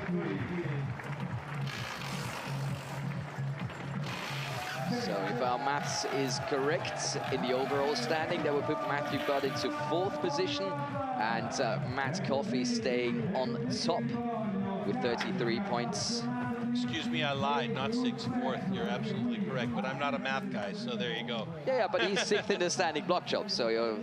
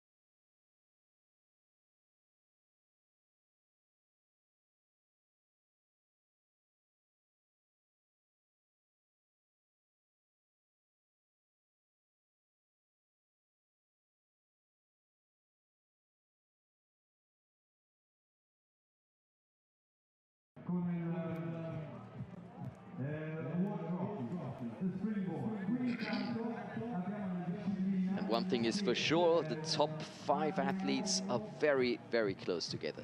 Yeah. So we're waiting for the next graphic to pop in here. Hopefully we'll get that. Here we go, the overall standings. There we go. So Matt Coffey and Cleveland Cherry on the top 2 spots. Camille van Remdonk sitting in 3rd place. So bodes well for Camille van Remdonk, who was one of my favorites to really do well this year. He hasn't been on point with the underhand chop. He was very good in the stock saw. He looked really good in the standing block chop. So he is definitely still in the mix. Seems to be getting better and better. He seems to be getting it better and better. And I do know that Camille has a very good single buck, speaking of. Oh, and that is one of your favorites, yeah, right? My favorite. The misery whip. The misery whip. Oh. Let's take a closer look at the next discipline.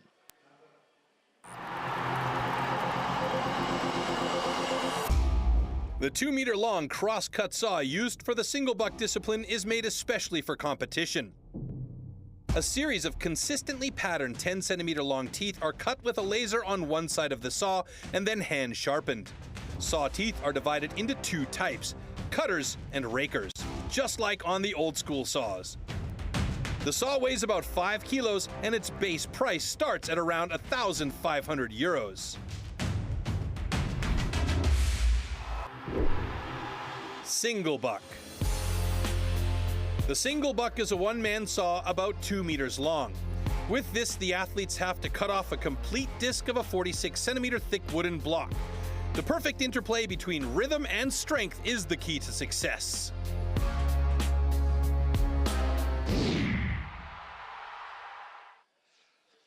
So there we have the heats that are coming up in the single buck. Tim Anthofer versus Jack Morris. Sean Oesch against Cleveland Cherry. Camille van Remdonk against Ivan Babushka. And Matt Coffey taking on Matthew Butt. And the first heat is ready. Yeah, this is a fun one. I mean, you can't mess around with this saw. 2 meters long, I like that. cross-cut saw. You got to be good. Jack Morris actually was helping me out in the British Championships when I cut the single buck there with the media crew, and he was screaming in my ear, "Come on, Troy, come on!" So it was a lot of fun, and I hope to do that again when we go back to Great Britain there. And you can see Tim Anthofer getting set with his saw. Look at those teeth, the cutters and the sweepers, yeah? And you know, the angle is so important here.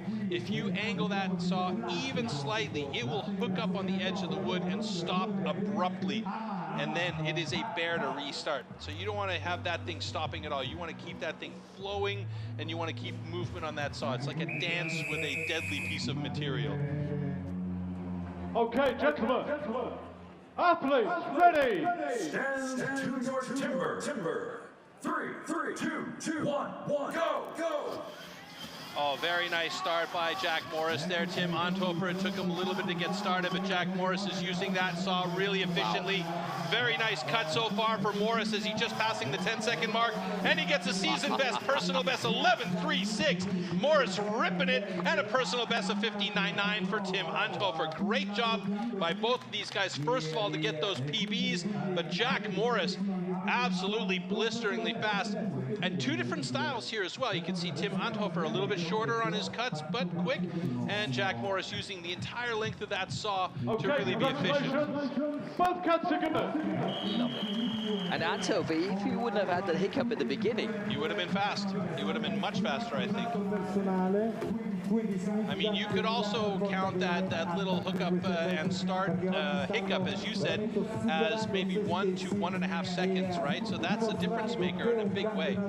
Let's get back into those replays and take a look here how things started for both of these guys. And full credit to Jack Morris. That was it was amazing. A real nice cut. He looked flashy from the very first till the very last second. That was impressive. Let's hopefully get some slow-mos from that heat. Here we go. So you can see there, he's using the entire length of the saw as much as he possibly can. Almost getting knuckles to tip there as he gets into the wood a little bit more. Now he starts to really work that saw back and forth. You can see there's no rocking on the saw, barely any at all. And Tim Anthofer here He's got a bit of a different style as well. He stands a little bit more sideways to the saw as opposed to behind it. So he's depending a lot on his core strength to really push that through. He's a big man though, like he's a tall guy. He could utilize his back foot a little bit more and stepping back instead of being beside the saw, being a little bit more behind the saw and really pushing through. But both of those guys cutting really, really nicely. Jack Morris, very, very solid cut there. So right now, in this discipline, he's at the top of it with a 10.97 time. That's the time to beat, so if he can hold on to that, he'll get 16 points out of this discipline.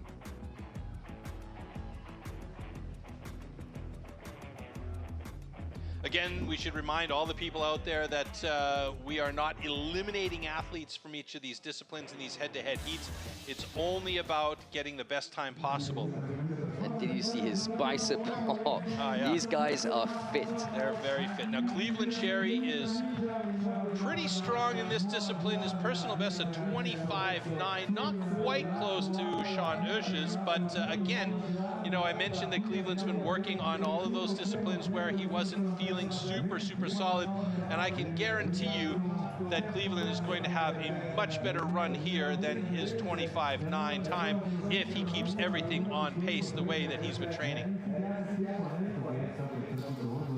Sean Usch, he's a tall guy. He can use that to his advantage.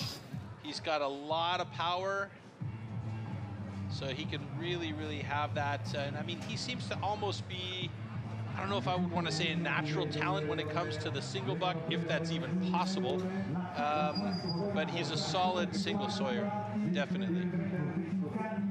Now, interesting start positions by both of these guys. If you look at where Sean Usch sets his saw, he's got it almost at the handle end set in the block, whereas Cleveland has it nearly in the middle of his block. Or in the middle of his saw. Let's see, here we go. Stand to your timber. 3, 2, 1, go! Oh, a bit of a chunky start by Sean Usch. Cleveland Cherry got a nice smooth go though, and Sean is really bending that saw. Ooh, Cleveland Cherry running into a problem, and this is one of those things that you got to really be careful of. He's got to set that saw back in and cut that tab off. Oh man, that is a rough one, and he's going to go back up and cut another piece because he doesn't have enough material. And look at the angle that he's got there. So at the beginning, when he set that saw in place, he had too much angle, and once you get that saw moving, you can't change the angle of that saw without bowing it, and then the name Misery Whip comes into play completely. So this is going to be a deadly time crunch for Cleveland Cherry as he gets through.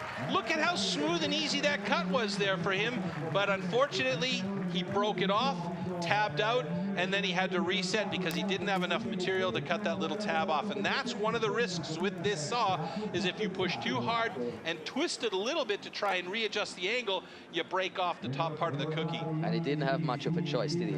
No, he really didn't, because he didn't have very much material to hook on to the bottom and that tab. But Sean Usch, good job by him.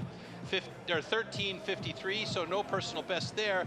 Unfortunately for Cleveland Cherry. Congratulations, both cuts are good. Unfortunately for Cleveland Cherry, a little bit too much gumption and glue went into that one, and he broke it off, and he's going to be very disappointed about that because he knows he can do better. He's been working at it, and you can see that he's been working at it because that second cut that he did was beautiful and smooth and would have been really quick had he done that cut the first time around. That might be costly considering the points. Yep. Before we take it to the final discipline and the last round, but let's focus on the slow-mos and maybe find out where things went wrong, Troy. Yeah, I mean, you could see that the start for Sean Usch was kind of ugly, to be honest with you. It took him a while to get that saw moving. Cleveland, meanwhile, he had a really nice start, but you could see that block start to wiggle and waggle, and when he pulled back, he twisted at the same time and broke off the piece, right? And that's where... And didn't have enough material yeah, to... there was just nothing there. So he really needed to come back in and start over again. Now watch what happens here when Cleveland resets the saw on top. He sets it in place. He's got a nice, clean, straight cut, and he was just relaxed through it. And that was the difference maker. He was relaxed through it. He wasn't stressing. And I think that's what happened when he cut the first time. He was stressing through the cuts, twisted because he saw his saw was at an angle, and then that was his problem right there. maybe he felt like he was going to cut out the cookie at the bottom, but yeah, a bit of a rough situation for Cleveland Cherry from New Zealand as we move on to our next heat. Camille van Remdonk taking on Ivan Babushka. 100 Ks on Babushka's side and 82 Ks van Remdonk. Yeah, don't let that weight fool you, though. He's got power. I was just going to ask, you know, it's also a matter of position. You've been mentioning it a lot of times that some stand more to the side, others more directly behind the sword. Is there like one proper way, or are there different ways that lead to Rome? Well, I think that it depends entirely on you know, your style. You can have an efficient style and still stand to the side, depending on, you know, how you utilize your body. You know, some guys, they're tall and they can stand beside that saw and push off the back leg and really drive through using core power. You know, a guy like Camille, who's not super tall, is going to need to want to stand behind that saw and push through and use the power in his legs and his core as well. Okay, gentlemen. Athletes, ready. Stand to your timber. 3, 2, 1, go. And you can even see with Camille, rough start. Bambushkar looking very good though. Camille's gotten into the flow now, but Bambushkar's got a really good... Oh! He gets stuck at the bottom. Camille gets stuck as well. But Bambushkar's got an 11:30 personal best. And Camille van Remdonk at 12:76, so a little bit slower than his PB. But Solid he even loves it. Solid times, though. So Bambushkar actually has a time that's good enough to put him in second place, and Camille van Remdonk pushes all the other guys down from third place to 4, 5, 6 is Sean Ush, Tim Anthofer, and Cleveland Cherry, respectively. So a couple of chunky runs for both of these guys. Surprisingly chunky start for Camille van Remdonk, almost a bit ugly. And then at the bottom, I think he got a little bit too excited, angled the saw up a little bit, and hooked it up on the way through. So we'll see in the slow-mo again here. Something I'd also like to talk to you with about, Troy, is that Camille is wearing 2 different shoes. Yeah, on that right foot, he's got a spiked shoe, kind of like what they would use for shot put or javelin. And some of the guys will have 2, where they'll, you know, wear the spikes to give them more grip on the Or just put spikes on the second shoe, but he's got a completely different shoe in his right foot. Yeah. There's something about the Swiss guys that they want to wear golf shoes with those old school metal spikes and the wingtips. So, yeah, it's different all around the block. So you can see here Camille really using that saw efficiently. Like, I mean, he is using the entire length of the saw right there, though. Got a little bit too much up angle, and then it hooked up on him, and he's got to restart the saw. That's a tough thing to do, and that costs time. You know, it's a millisecond here, a millisecond there, but then before you know it, you got like 5/10 of a second or 10, you know, 11/10 of a second too much. And yeah, Bambushkar with a nice clean cut. He got a bit stuck in the bottom of that as well. So both these guys may be getting a little bit too excited towards the bottom of their cut here. And you can see there, the misery. That is the exact reason why they call it the misery whip, yeah? Wow. That thing stops, bends, you could get out a bow and play music on it, you know? It's just madness. That's a nice shot. But brilliant stuff from our camera team. Absolutely. Like I said, those guys are getting all the good angles. So one more heat in the single buck competition. Matt Coffey taking on Matthew Budd. Matthew Budd definitely with the advantage on the tail of the tape here. National record with 13.954 Canadian rookies. Matt Coffey, a 19.50. Yeah, but he's been so strong so far, so Yeah, I mean, at the moment, he just needs to have a middle-of-the-pack run in order to be able to stay on top of the overall rankings. Right now, 40 points is the top spot for, and it's held by Ivan Bambushkar and Camille van Remdonk. So both of those guys in the top spot. But yeah, we'll see what Matt Coffey and Matthew Budd can do here. Maybe this is going to be another one of those situations where Matthew Budd takes back that top spot from Matthew Coffey with a really good single buck, excuse me. And I'm sure these two athletes are going to push each other, so... You know it. This is going to be a fast one. I'm 100% Gentlemen, sure. athletes ready! Stand to your timber. Interesting start position by Matt Coffey as well. He's Mr. Calm, if you ask me. Yeah, always absolutely. Mr. Calm. So a little bit of rocking going on here from Matthew Budd. Looking good, looking good. Matt Coffey's looking Look really at that, good. look at that. Season's best, personal best, 9:33. Single buck world record for rookies without assistance is 9:01. So that is a fantastic run from Matt Coffey. Matthew Budd did it again, though. He's got himself another personal best with a 13:35. And look at that, 5 personal bests in the single buck. That is a fantastic set of actions there. Wow. Matt Coffey just threw the gauntlet down, 49 points total, 11 points ahead of the next closest athlete. And let's talk about personal bests. Okay, congratulations. Yeah. Oh, wait a minute. That's a good.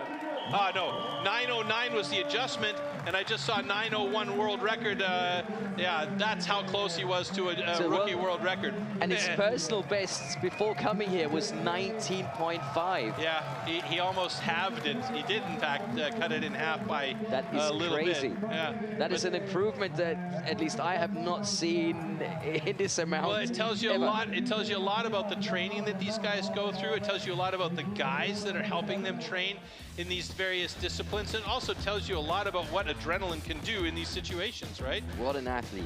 And he's always so calm, always so focused. But watch how the saw disappears. Well, almost there, but as we get deeper into the cut, you'll see he goes knuckles and then pulls back on the saw. The tip disappears right into it. But what was interesting for me is how Matt Coffey started off. He was standing with the saw handle at his chest before he got started. Normally, you're going to see guys doing what Matthew Budd did. They're well back of the saw, so they can either pull back and push in, or really get that saw going. It worked a treat. Yeah, but Matthew Budd, we saw that saw got stuck quite a few times at the top of his cut, so that was really the problem for him. Matt Coffey did a great job to keep that saw moving, though, and Matthew Budd and Matt Coffey are going to be going at each other all day long, I believe. It's going to be two guys that are going to be really battling hard for the positions in the overall standings right now. I keep saying Matthew Budd in 4th place, Matt Coffey in the top spot. So Matthew Budd's got a work cut out for him, and we're going to see here the single buck results. Look at that. Seasonal best, personal best, seasonal best, personal best, personal best, personal best, personal best. I'm not going to get tired of mentioning this. No, never, ever. I love the fact that Jack Morris, as diminutive as he is, had the 2nd fastest time, and let's see how that affects our overall standings here. Remember, we're taking the top 6 athletes here into the next round, so let's look at that.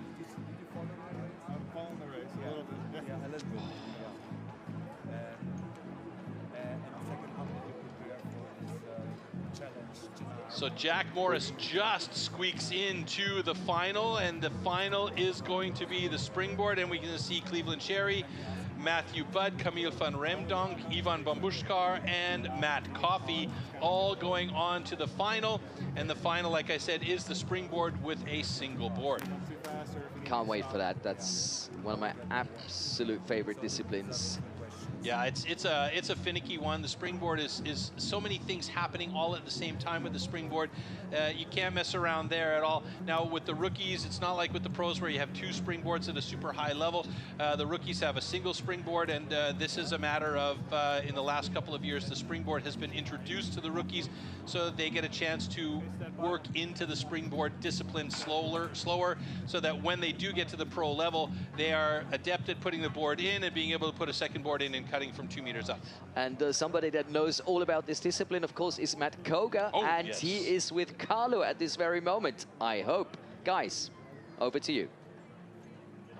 Hello, we are here now in the live stream, and I'm honored to have a quick interview with Matt Koga. Salutiamo Matt Koga, il campione del mondo 2019, World Trophy winner 2019.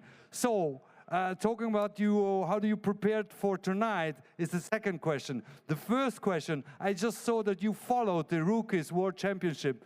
What did you see up to now? What are the next-gen timber sports aces looking like? It's an exciting time to be watching some of these rookies going. I mean, they're the next generation that's going to take over the sport, and they're amazing races going on. You know, there's a lot of nerves, I'm sure, but yeah, that's all part of the competition. And you know, there's a lot of personal bests getting laid down, and yeah, it's awesome to watch. And there's a lot of excitement built behind it. Malgrado il fatto che poi fra poco stasera lui andrà in gara, è riuscito a seguire la gara, dice che è veramente è stato sorpreso da quanto di buono è riuscito a vedere. Questi sono i campioni di domani, dice, e quanti personal best, cioè quanti primati personali stanno a certificare la qualità di questi atleti a venire. So, in a couple of hours is your turn. World Trophy 2024, you being the winner 2019 of this trophy, that means that you're one of the favorites. How did you prepare for tonight? I spent a lot of time just practicing the actual skill sets. So like going through the chopping disciplines, through the sawing disciplines, making sure I got everything under control, and then start working on the fitness. And so I actually made a hybrid program where I would do ski erg for 30 seconds, single buck, come back and do 30 seconds more of ski erg. And that was sort of the same feeling as the standing block finish. And I would do several rounds of that in preparation. So that kind of gives me the same feel as hopefully race number 4. Dice che appunto ha un programma misto dove per appunto si prepara in primis sulle varie discipline che poi abbiamo visto oggi, e in secondo luogo ha anche un programma di fitness che lo porta appunto a simulare la gara, quindi da una parte le discipline, dall'altra parte il programma di fitness, di energia, di building up poi la sua power per arrivare preparatissimo questa sera. Good luck, thank you for the interview, and big hands for him from the audience. Facciamoci sentire Matt Kogar, USA. I couldn't have said it better myself, to be honest. Matt Kogar seems to be very, very prepared. Definitely a man to watch tonight. Andiamo, Matt, andiamo. Sì, sì. Yes. Sì, sì. We've seen a lot of things happening down there, and you kept mentioning the wood. The wood is good. What does that mean? Well, the wood is good. I mean, this wood gets prepared months in advance so that the logs are all the same size. They're all fair. It's drawn by lottery. A lot of people look at this and go, wow, you guys are wasting a lot of material out there. But that's not actually the case. The wood is prepared and grown, and it's all very sustainable. All of the stuff that you see blown off the stage is collected afterwards. I mean, I could go on and on and on about how it is, but let's rather watch a video and watch a video of how it actually works with our sustainable wood. Yeah? We as STIHL TimberSports pride ourselves that all wood is sustainably grown, harvested and recycled to minimise the overall amount of wood processed. After all our STIHL competitions, all the spent wood is collected and recycled right down to the wood chips and sawdust, which, for example, is converted into renewable energy in the form of wood pellets for biomass.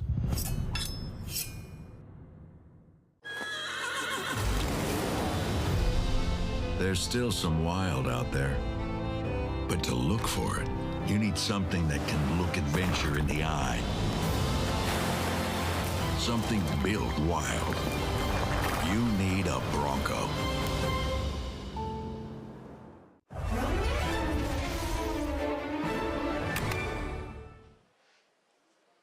A lot of things happening here at STIHL TimberSports, not only today. For me, this was like the big opening with the Rookies World Championship, and of course tonight's the STIHL TimberSports World Trophy. Make sure to join us from 6 p.m. But a few other events coming up, and I think we've got the schedule that we can show you so you don't miss out. So, I mean, look at that. I mean, this has been busy all season long to get to this point, just to open up our Rookie World Championship and the World Trophy. Coming up in June, we've got the British Championships in Malvern, Great Britain. That is such a fun time up there. Then, of course, the U.S. Championships in Milwaukee, USA. The French pros in, you say that name because I can't, I'm going to butcher it. Saint-Gaudens in France. Saint-Gaudens. Then in September, we've got the European Trophy from Bellezona, Switzerland. In November, the Team World Championship in Toulouse, and of course, the Individual World Championship in Toulouse. Always fantastic locations for each of these events. Last year, the World Championship happened at the home of STIHL in Stuttgart, and this year we're jumping over to France. So it's going to be a fantastic season. Talking about fantastic, our next discipline, the Springboard. If you want to know more about that, of course, we've got that coming up as well, so enjoy. Springboard simulates the traditional way of felling trees by climbing up over thick branches. First, a notch, known as a pocket, is chopped into the log. The springboard is then anchored into this pocket. Now the athlete will climb up onto the springboard to chop a 27-centimeter wooden block from both sides at the top of the log.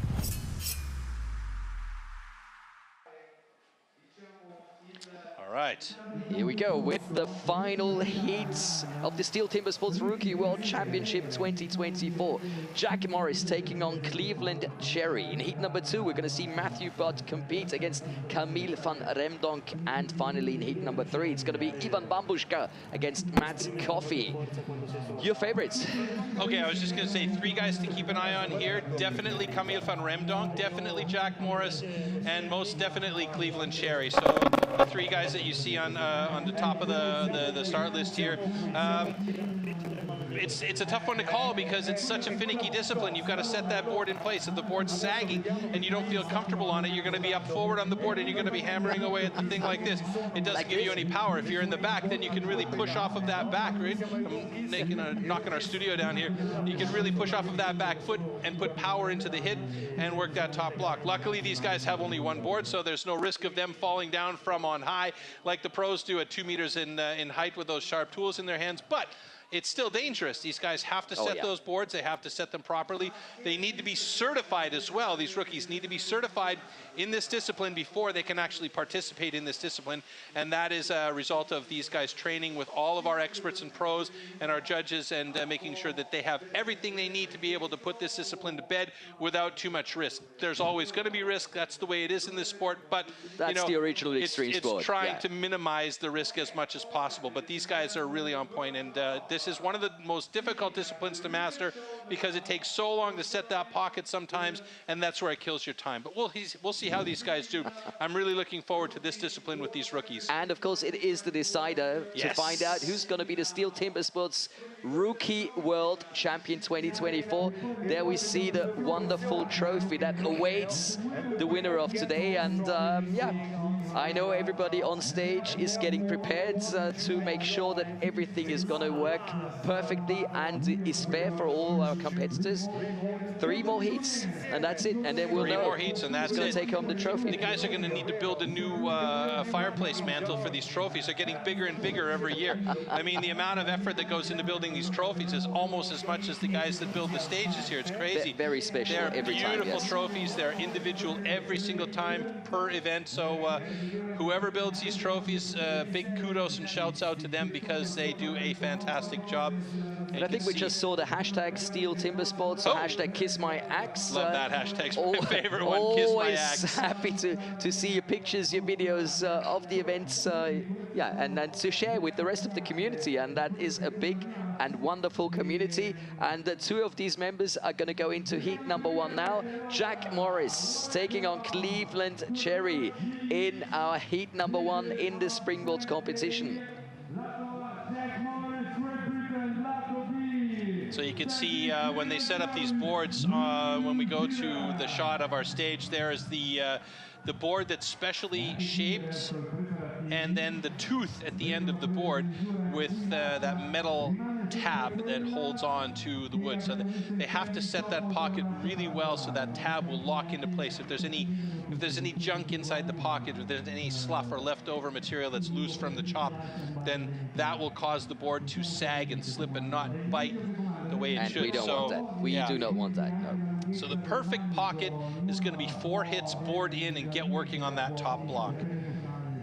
And again, they got to cut through that 27-centimeter block from both sides. And what you'll see here that's different than the standing block chop is they'll go very, very, very deep on the first side and then switch to an odd angle on the back side and cut through with maybe 1 or 2 hits if they're lucky. Gentlemen, here we go. Athletes, ready. Stand to your timber. 3, 2, 1, go!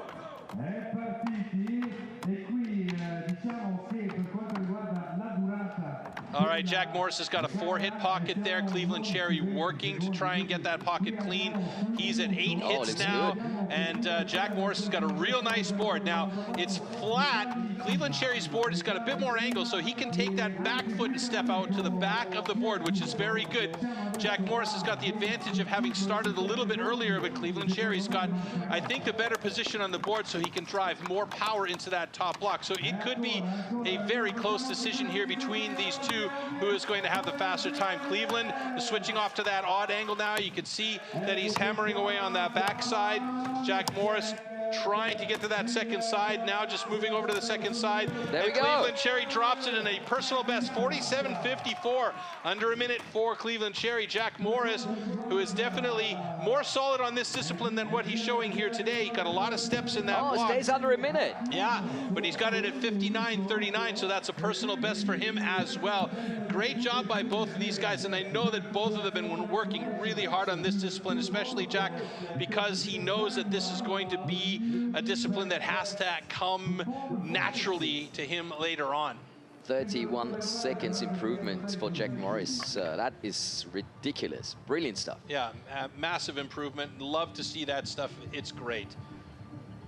So the times are being made official now, 58.85 for Jack, and Cleveland's got a 47.49. So Jack had the good pocket. He really got it in there quick. It was a 4-hit pocket, so it doesn't get much better than that. But he did have a bit of a sag on his board. It wasn't bad. It was like flat. Flat is good. A small angle is a little bit better because you can step out and can really use the spring in the name Springboard to work that upper block and really cut properly. So you can see here that last driver from Cleveland Cherry. You got to be real careful in this discipline too that you don't wrench the block off. So sometimes you'll see if a flag goes down on the play, more often than not, especially when they're at the top there, it's because the axe is hit and they've twisted the axe and not cut through, but they've broken it off. So that's going to be a DQ if they are called for wrenching. You can see here, I believe that's Cleveland Cherry side. Now you can see it was a nice position by Jack there, and he got, it was 90 degrees, I would say, flat, not bad. Cleveland's board was just a little bit more angle, but there you can see it was a very steppy cut on that first side. And obviously Jack didn't feel really confident on the board because he's forward on the board, and that's where you get to lose a lot of that power because you're chopping from your chest and your waist, and you're not chopping from the hips and your legs. And that's tiring too. You can see he's breathing heavy. You know, he's a fit kid, but he's breathing heavy after that. I mean, discipline. look at his biceps. This kid, this man is really fit, but this is so tiring. But you also have to think about, look at Camille van Remdonk. He is a very slender guy, but he's got power for days. And the difference between guys that have huge muscles and a lot of power is your body needs to feed those muscles with oxygen, and the heavier you are and the more muscle you have, the more drama your body has in feeding that oxygen, right? So if you're fit and you're thin and your cardio is good and you've got wiry, long but strong muscles, you're going to be at an advantage to a guy who's a beast with a lot of power, but not a lot of endurance. And look at the amount of people working on that stage, making sure that all our competitors get a perfect environment for their competition. That's well, they've got about as important a job as it gets out there, because any kind of slough or sawdust or wood chips that lie around on the stage can cause a real safety issue for the athletes. So they're akin to the medical crew here for the stage. You know, they keep that stage healthy so our athletes can stay safe up there, because you know, if you're moving around the standing block chop and you slip on a piece of wood and fall down with a razor sharp axe in your hand, you got a bit of a problem, right? Yes, you do. So you can hear the crowd getting loud again. It's heat number 2, Matthew Budd versus Camille van Remdonk, and the Canadian fans are really loud now. Yeah. So definite advantage here by tail of the tape goes to Camille van Remdonk. He's got 36 and change, national record. The kid is absolutely unbelievable in this discipline. You wouldn't expect a guy who's brand new on this discipline to be this good right away, but he is focused, he is motivated, and he is very, very good. Personal best time for Matthew Budd, 106.02. Looking to see that improve here today. And you know he's been working on this with the anticipation of the single board, single buck being in the competition. This is the moment where the athletes can feel the pressure. STIHL Timbersports Rookie World Championship 2024. You could see our cameramen on stage. Okay, sure that they got all the good views. There's Puma with that angle on Matthew Budd's side. 3, 2, 1, go! Wow, Camille van Remdonk, he had a whole bunch of hits there, cleaned that pocket, quick got up on his board. He is feeling confident and good. He's up top and already working. Wow, Matthew Budd wanted to do some house cleaning, had to reset that pocket. He didn't feel confident with the way the board went in, and now he's going to get that board in place, but it's sagging badly. He needs to get to work up there. Van Remdonk is going wild. And that is a massive sag for Matthew Budd. Van Remdonk, meanwhile, is getting close to getting through that block on the second side. Might have gotten to start chopping on the awkward angle a little bit sooner than later, and he's got it done in 39.71. Not his personal best, but not that far off the mark either. Matthew Budd, however, has got a lot of problems there because he needs to get that board back in place. He recut the pocket. Now that pocket looks much better, but he is going to be way, way, way past the time, and he risks now going over time and getting disqualified here. And you can see he's in really close to the block, so he's depending a lot on his upper body to make the cuts. And the tiredness that he's got, that fatigue from working to try and get that block in place, you can see how far forward he is on that board. He just doesn't have the power. The Canadian team just below us here providing a lot of support, but he's got to get this done in under 2 minutes. Otherwise, that's going to be a DQ for a timeout. Oh, he will, he will. I think it's 2 minutes for the rookies. Yeah. So he's fighting it hard, and he's done it. He's got one little piece he's got to get done there. I think it's going to go to like 139 after adjustment, but 138.45 is unofficial at the moment. 39.71 for Camille van Remdonk. What a jump up in the rankings for him there. And that could mean good things for him with 56 points, but Ivan Bambushkar and Matt Coffey are still to come. This is going to be a very, very hard battle for those two guys, with Camille having such a fantastic springboard. And this is a tactic here as well. Camille knows that he's good in all the other disciplines, but he knows he's fantastic in springboard. Okay, congratulations. He just needed to get here, and he has really thrown down the gauntlet, and he is looking relieved there. And he's enjoying that. Love that. Right now, there's nothing else that he can really do except hope that Matt Coffey doesn't get 7 any points more yes. than 6 points or 7 points, yeah? But I mean, at this point, it's moot unless Matt Coffey, yeah, Matt Coffey gets a DQ. Yeah, let's just watch this replay here as these guys get ready to go.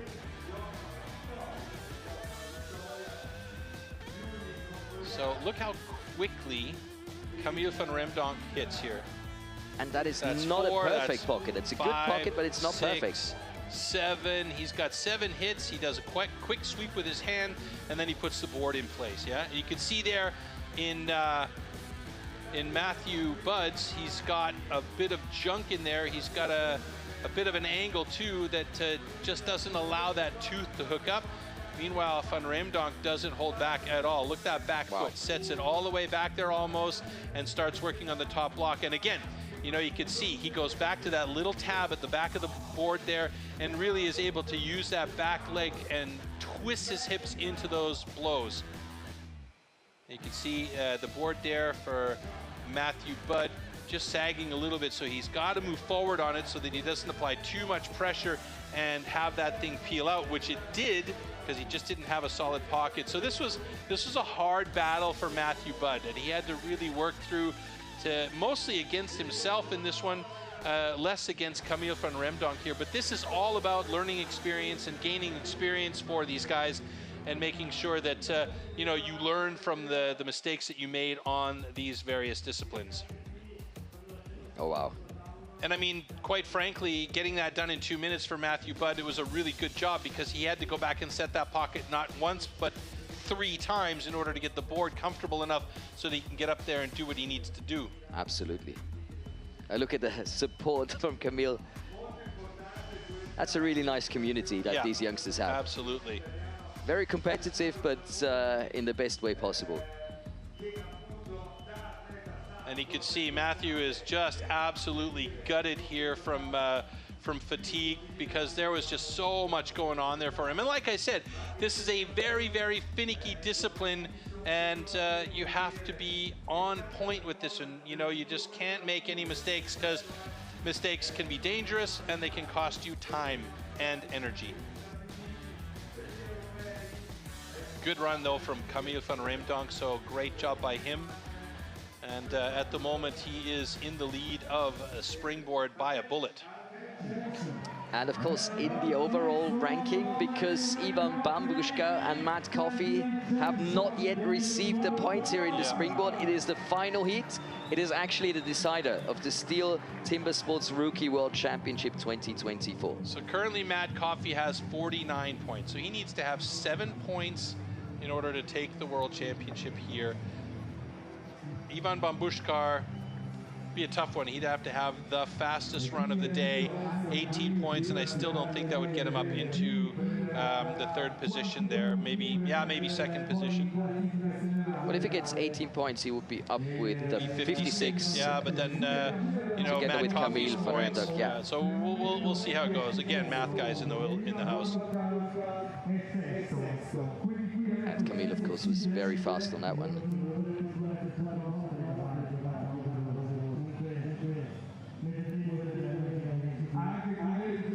Do you think he feels the pressure, Matt Coffey? Because he always seems to be so calm. He seems so calm. It's hard to tell. Yeah? It's hard to tell. He seems confident. Okay, gentlemen.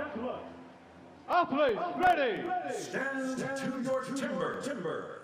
3, 2, 1, go.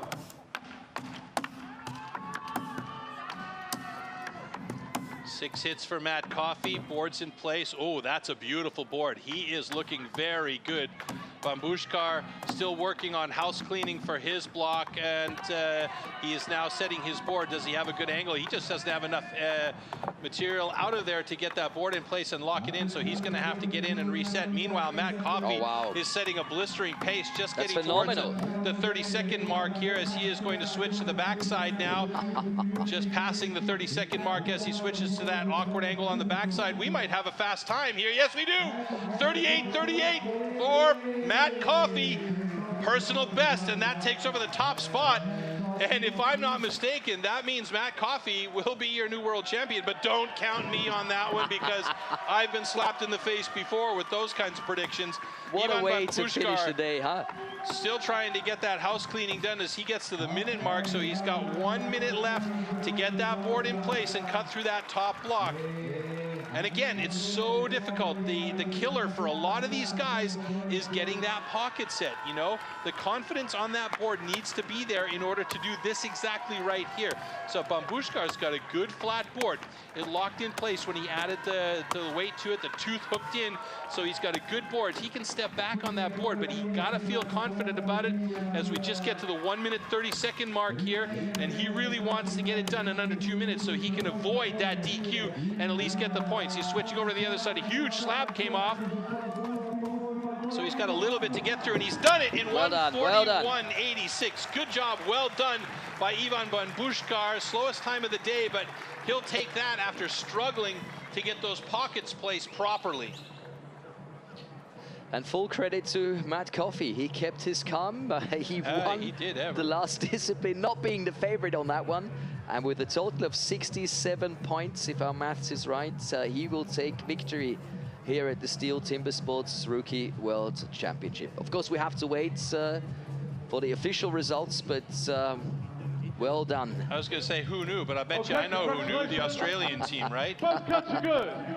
All right, so it is official. Impressive. Both cuts are good. Matt Coffey with another personal best out the window here in the Springboard. This is a young man that is going to be a very, very, very interesting guy to keep an eye on. He's strong, he's fit, he's not a huge guy, but I tell you what, he is absolutely fantastic.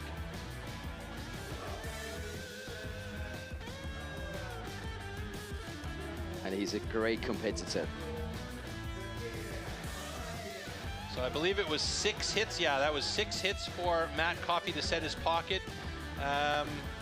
Gets that board in place. Now look at the angle on the board here. He's got the upward angle, and then he's got a little bit of a twisted angle on the toe side, so that he can really work into it. Now here, Ivan Bambushkar trying to find the space in there, but he just didn't cut out enough material. There was too much slough still in that block. And meanwhile, Matt Coffey was just going to town on that top block. And I got the impression that Matt Coffey didn't worry about what anybody else was doing out there. He was focused on the job that he had to do at hand, and he absolutely did what he needed to do in order to get that win. I'm totally with you. It seemed very much like that. And he's self-confident. He knows what he's capable of, and he really delivered today. That is more than impressive. Yeah, and you could see right there from Ivan Bambushkar what happens if that tooth doesn't hook into place, if there's too much loose material in that pocket. The board will just start to sag and release from locking in place. It will not hold on. So that was the problem. I mean, put it this way, if Ivan Bambushkar had managed to get a pocket in the same or roughly the same time as Matt Coffey, his time would have been significantly less, because when he actually started cutting that top block, he was quick through. So there's the final standing here in the Springboard discipline. As just mentioned, Coffey taking that one with 18 points, Van Remdonk getting 50 points, and Cherry claiming 12, Morris 9, but 6, and Bambushka 3 points, which brings us to an overall ranking that has Matt Coffey right on top. He is the new STIHL Timbersports Rookie World Champion 2024. So it's Coffey in gold, Van Remdonk claiming silver, and Cherry taking home bronze. And of course, we want to hear what Matt Coffey, the new Rookie World Champion, has to say. And if I am not mistaken, he's standing right next to Carlo. Carlo, let's hear it from the new Rookie World Champion.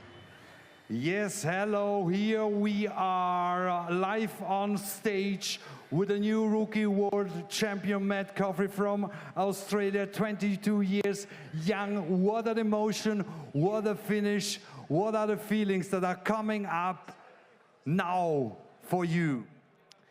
Just a lot of feelings, a lot of happiness and joy, just a lot of hard work gone into this, and yeah, it's all come together. E dice che è felicissimo, tanta gioia, tante emozioni che sta provando adesso per la vincita di questo trofeo. When did you just feel it could be your day today? Felt good from the start after the underhand, and then yeah, just all sort of fell together after that. Dice che dopo l'underhand diceva che me la sentivo nelle gambe che oggi sarebbe andata, avrebbe potuto finire così la gara, e poi alla fine ce l'ho fatta. This last performance, you came up last and it was on the verge winning or not. Did you just keep a clear mind, or did you just tremble a little bit? Oh, just think about the event that's going on, and yeah, just worry about the board hole, and then once you're up on top, you worry about it then. Ok, ha detto all in anche per quest'ultima disciplina Springboard, e quindi è andata bene, sono contento. Congratulations to Matt Coffey, Australia, the new world champion, STIHL Timbersports 2024. Back to the studio. Thank you, Carlo. What a cool dude. For the first time I've seen him smile, you know. Yeah, he let the emotions out. Ever so tiny amount there at the end, but yeah, it was nice to see. It was nice, you know. It's a little bit of a laid-back dude. Not only a nice man, yeah. He's a laid-back, really cool dude and a worthy champion. Congrats from our side. That was absolutely amazing. Great performance. What a winner. Yeah, he kept it consistent all day long. Little hiccup here, little hiccup there, but that's rookies, you know. They learn as they go, and we're going to see a lot of fantastic pros coming up in the next years when these guys start to develop into the next level of play. And what we saw there on that springboard from Matt is a sign that a lot of the guys that are doing springboard now in the double board are going to be really shaking in their boots, because that was impressive. So some of the pros watching, I'm sure they have exactly that feeling that you were just talking about. And of course, we can't wait for the winner's ceremony that is coming up in just a few moments. So it's back down to Carlo, and yeah, let's do this.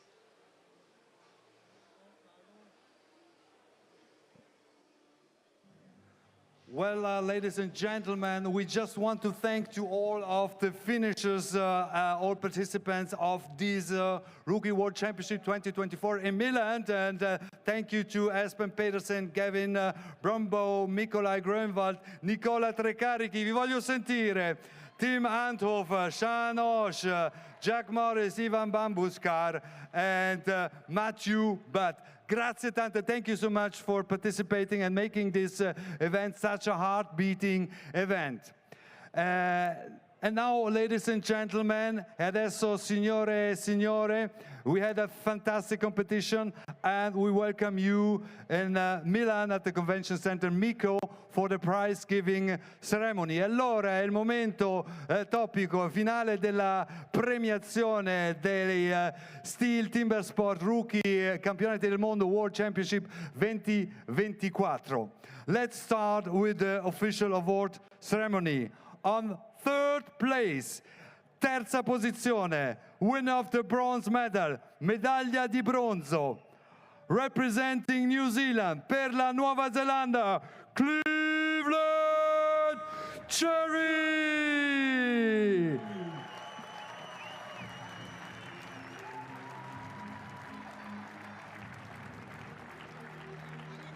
The medal is presented by Giulio Franceschi, premia Giulio Franceschi, Marketing Manager STIHL Italia, Marketing Manager STIHL Italy.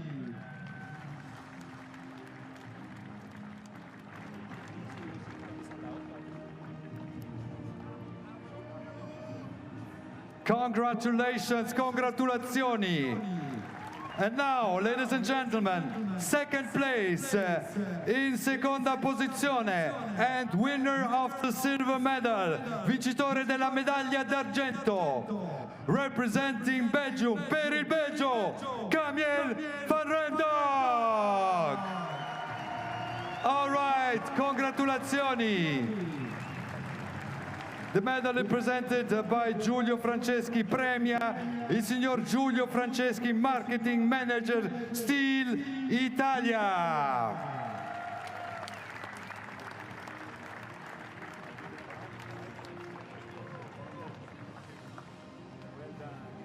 Really deserved. Thank you. Great. Congratulazioni ancora. And now, ladies and gentlemen, attention, first place, primo posto, and winner of the gold medal of the STIHL TIMBERSPORTS Rookie World Champion 2024 e vincitore della medaglia d'oro Timbersport Rookie World Champion 2024, representing Australia per l'Australia, Coffee. All right.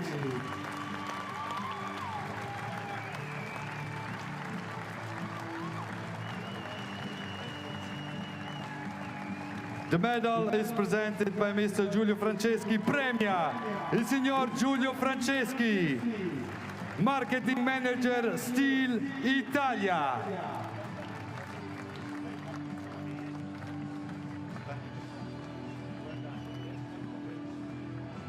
Congratulazioni. Attenzione. And now, ladies and gentlemen, signore e signori, il straordinario trofeo, the extraordinary trophy for the winner of the Rookie Timber Sports World Championship 2024, Matt Coffey. This is a trophy presented by Massimo Gallo, General Manager STIHL Italy. Premia il signor Massimo Gallo, General Manager STIHL Italia. All right, congratulazioni, big hands.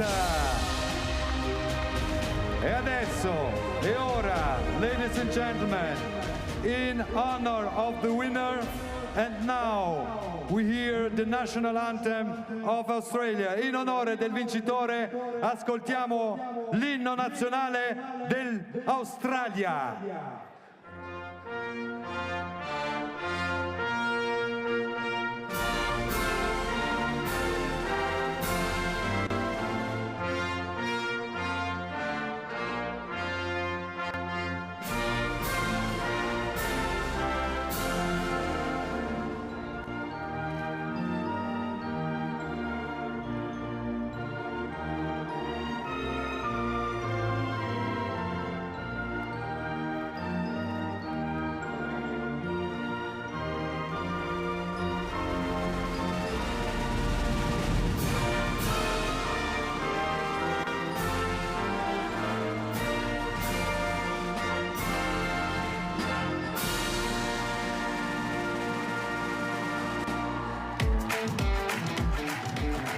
Thank you so much, congratulazioni ancora al campione rookie STIHL Timbersport 2024, l'australiano Matt Coffey. Godiamoci le immagini, enjoy the images. You're live in Milano. Back to the studio. Passo la linea allo studio.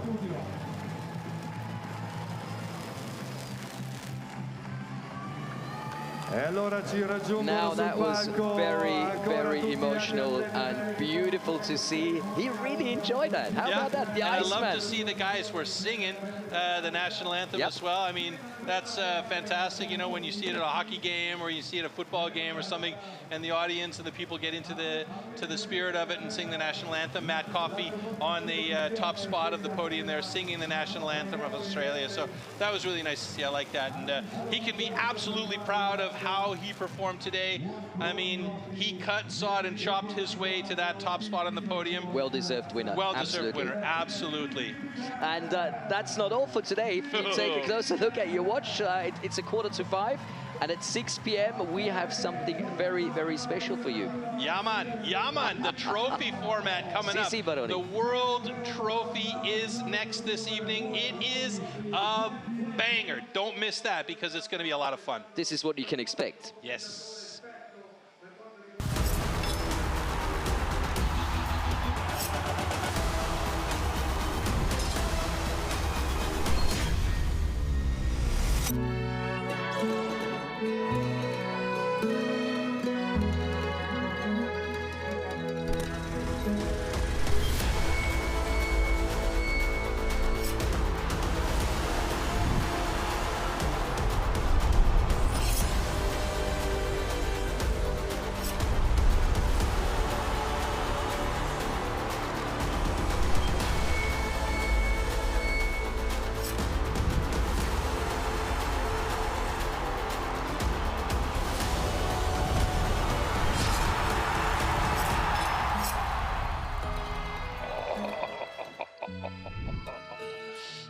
The Italian tunes in the background. The Champions League of wood chopping is awaiting you in just over 1 hour. Yep, hour and 15 minutes. Don't miss it because it's going to be epic. And the level has gone up again, if that's even possible. Jack is back. Oh, yeah. Will he defend for a third time and take the hat trick? We'll see. He's got a lot of guys knocking on his back door to try and get that top spot.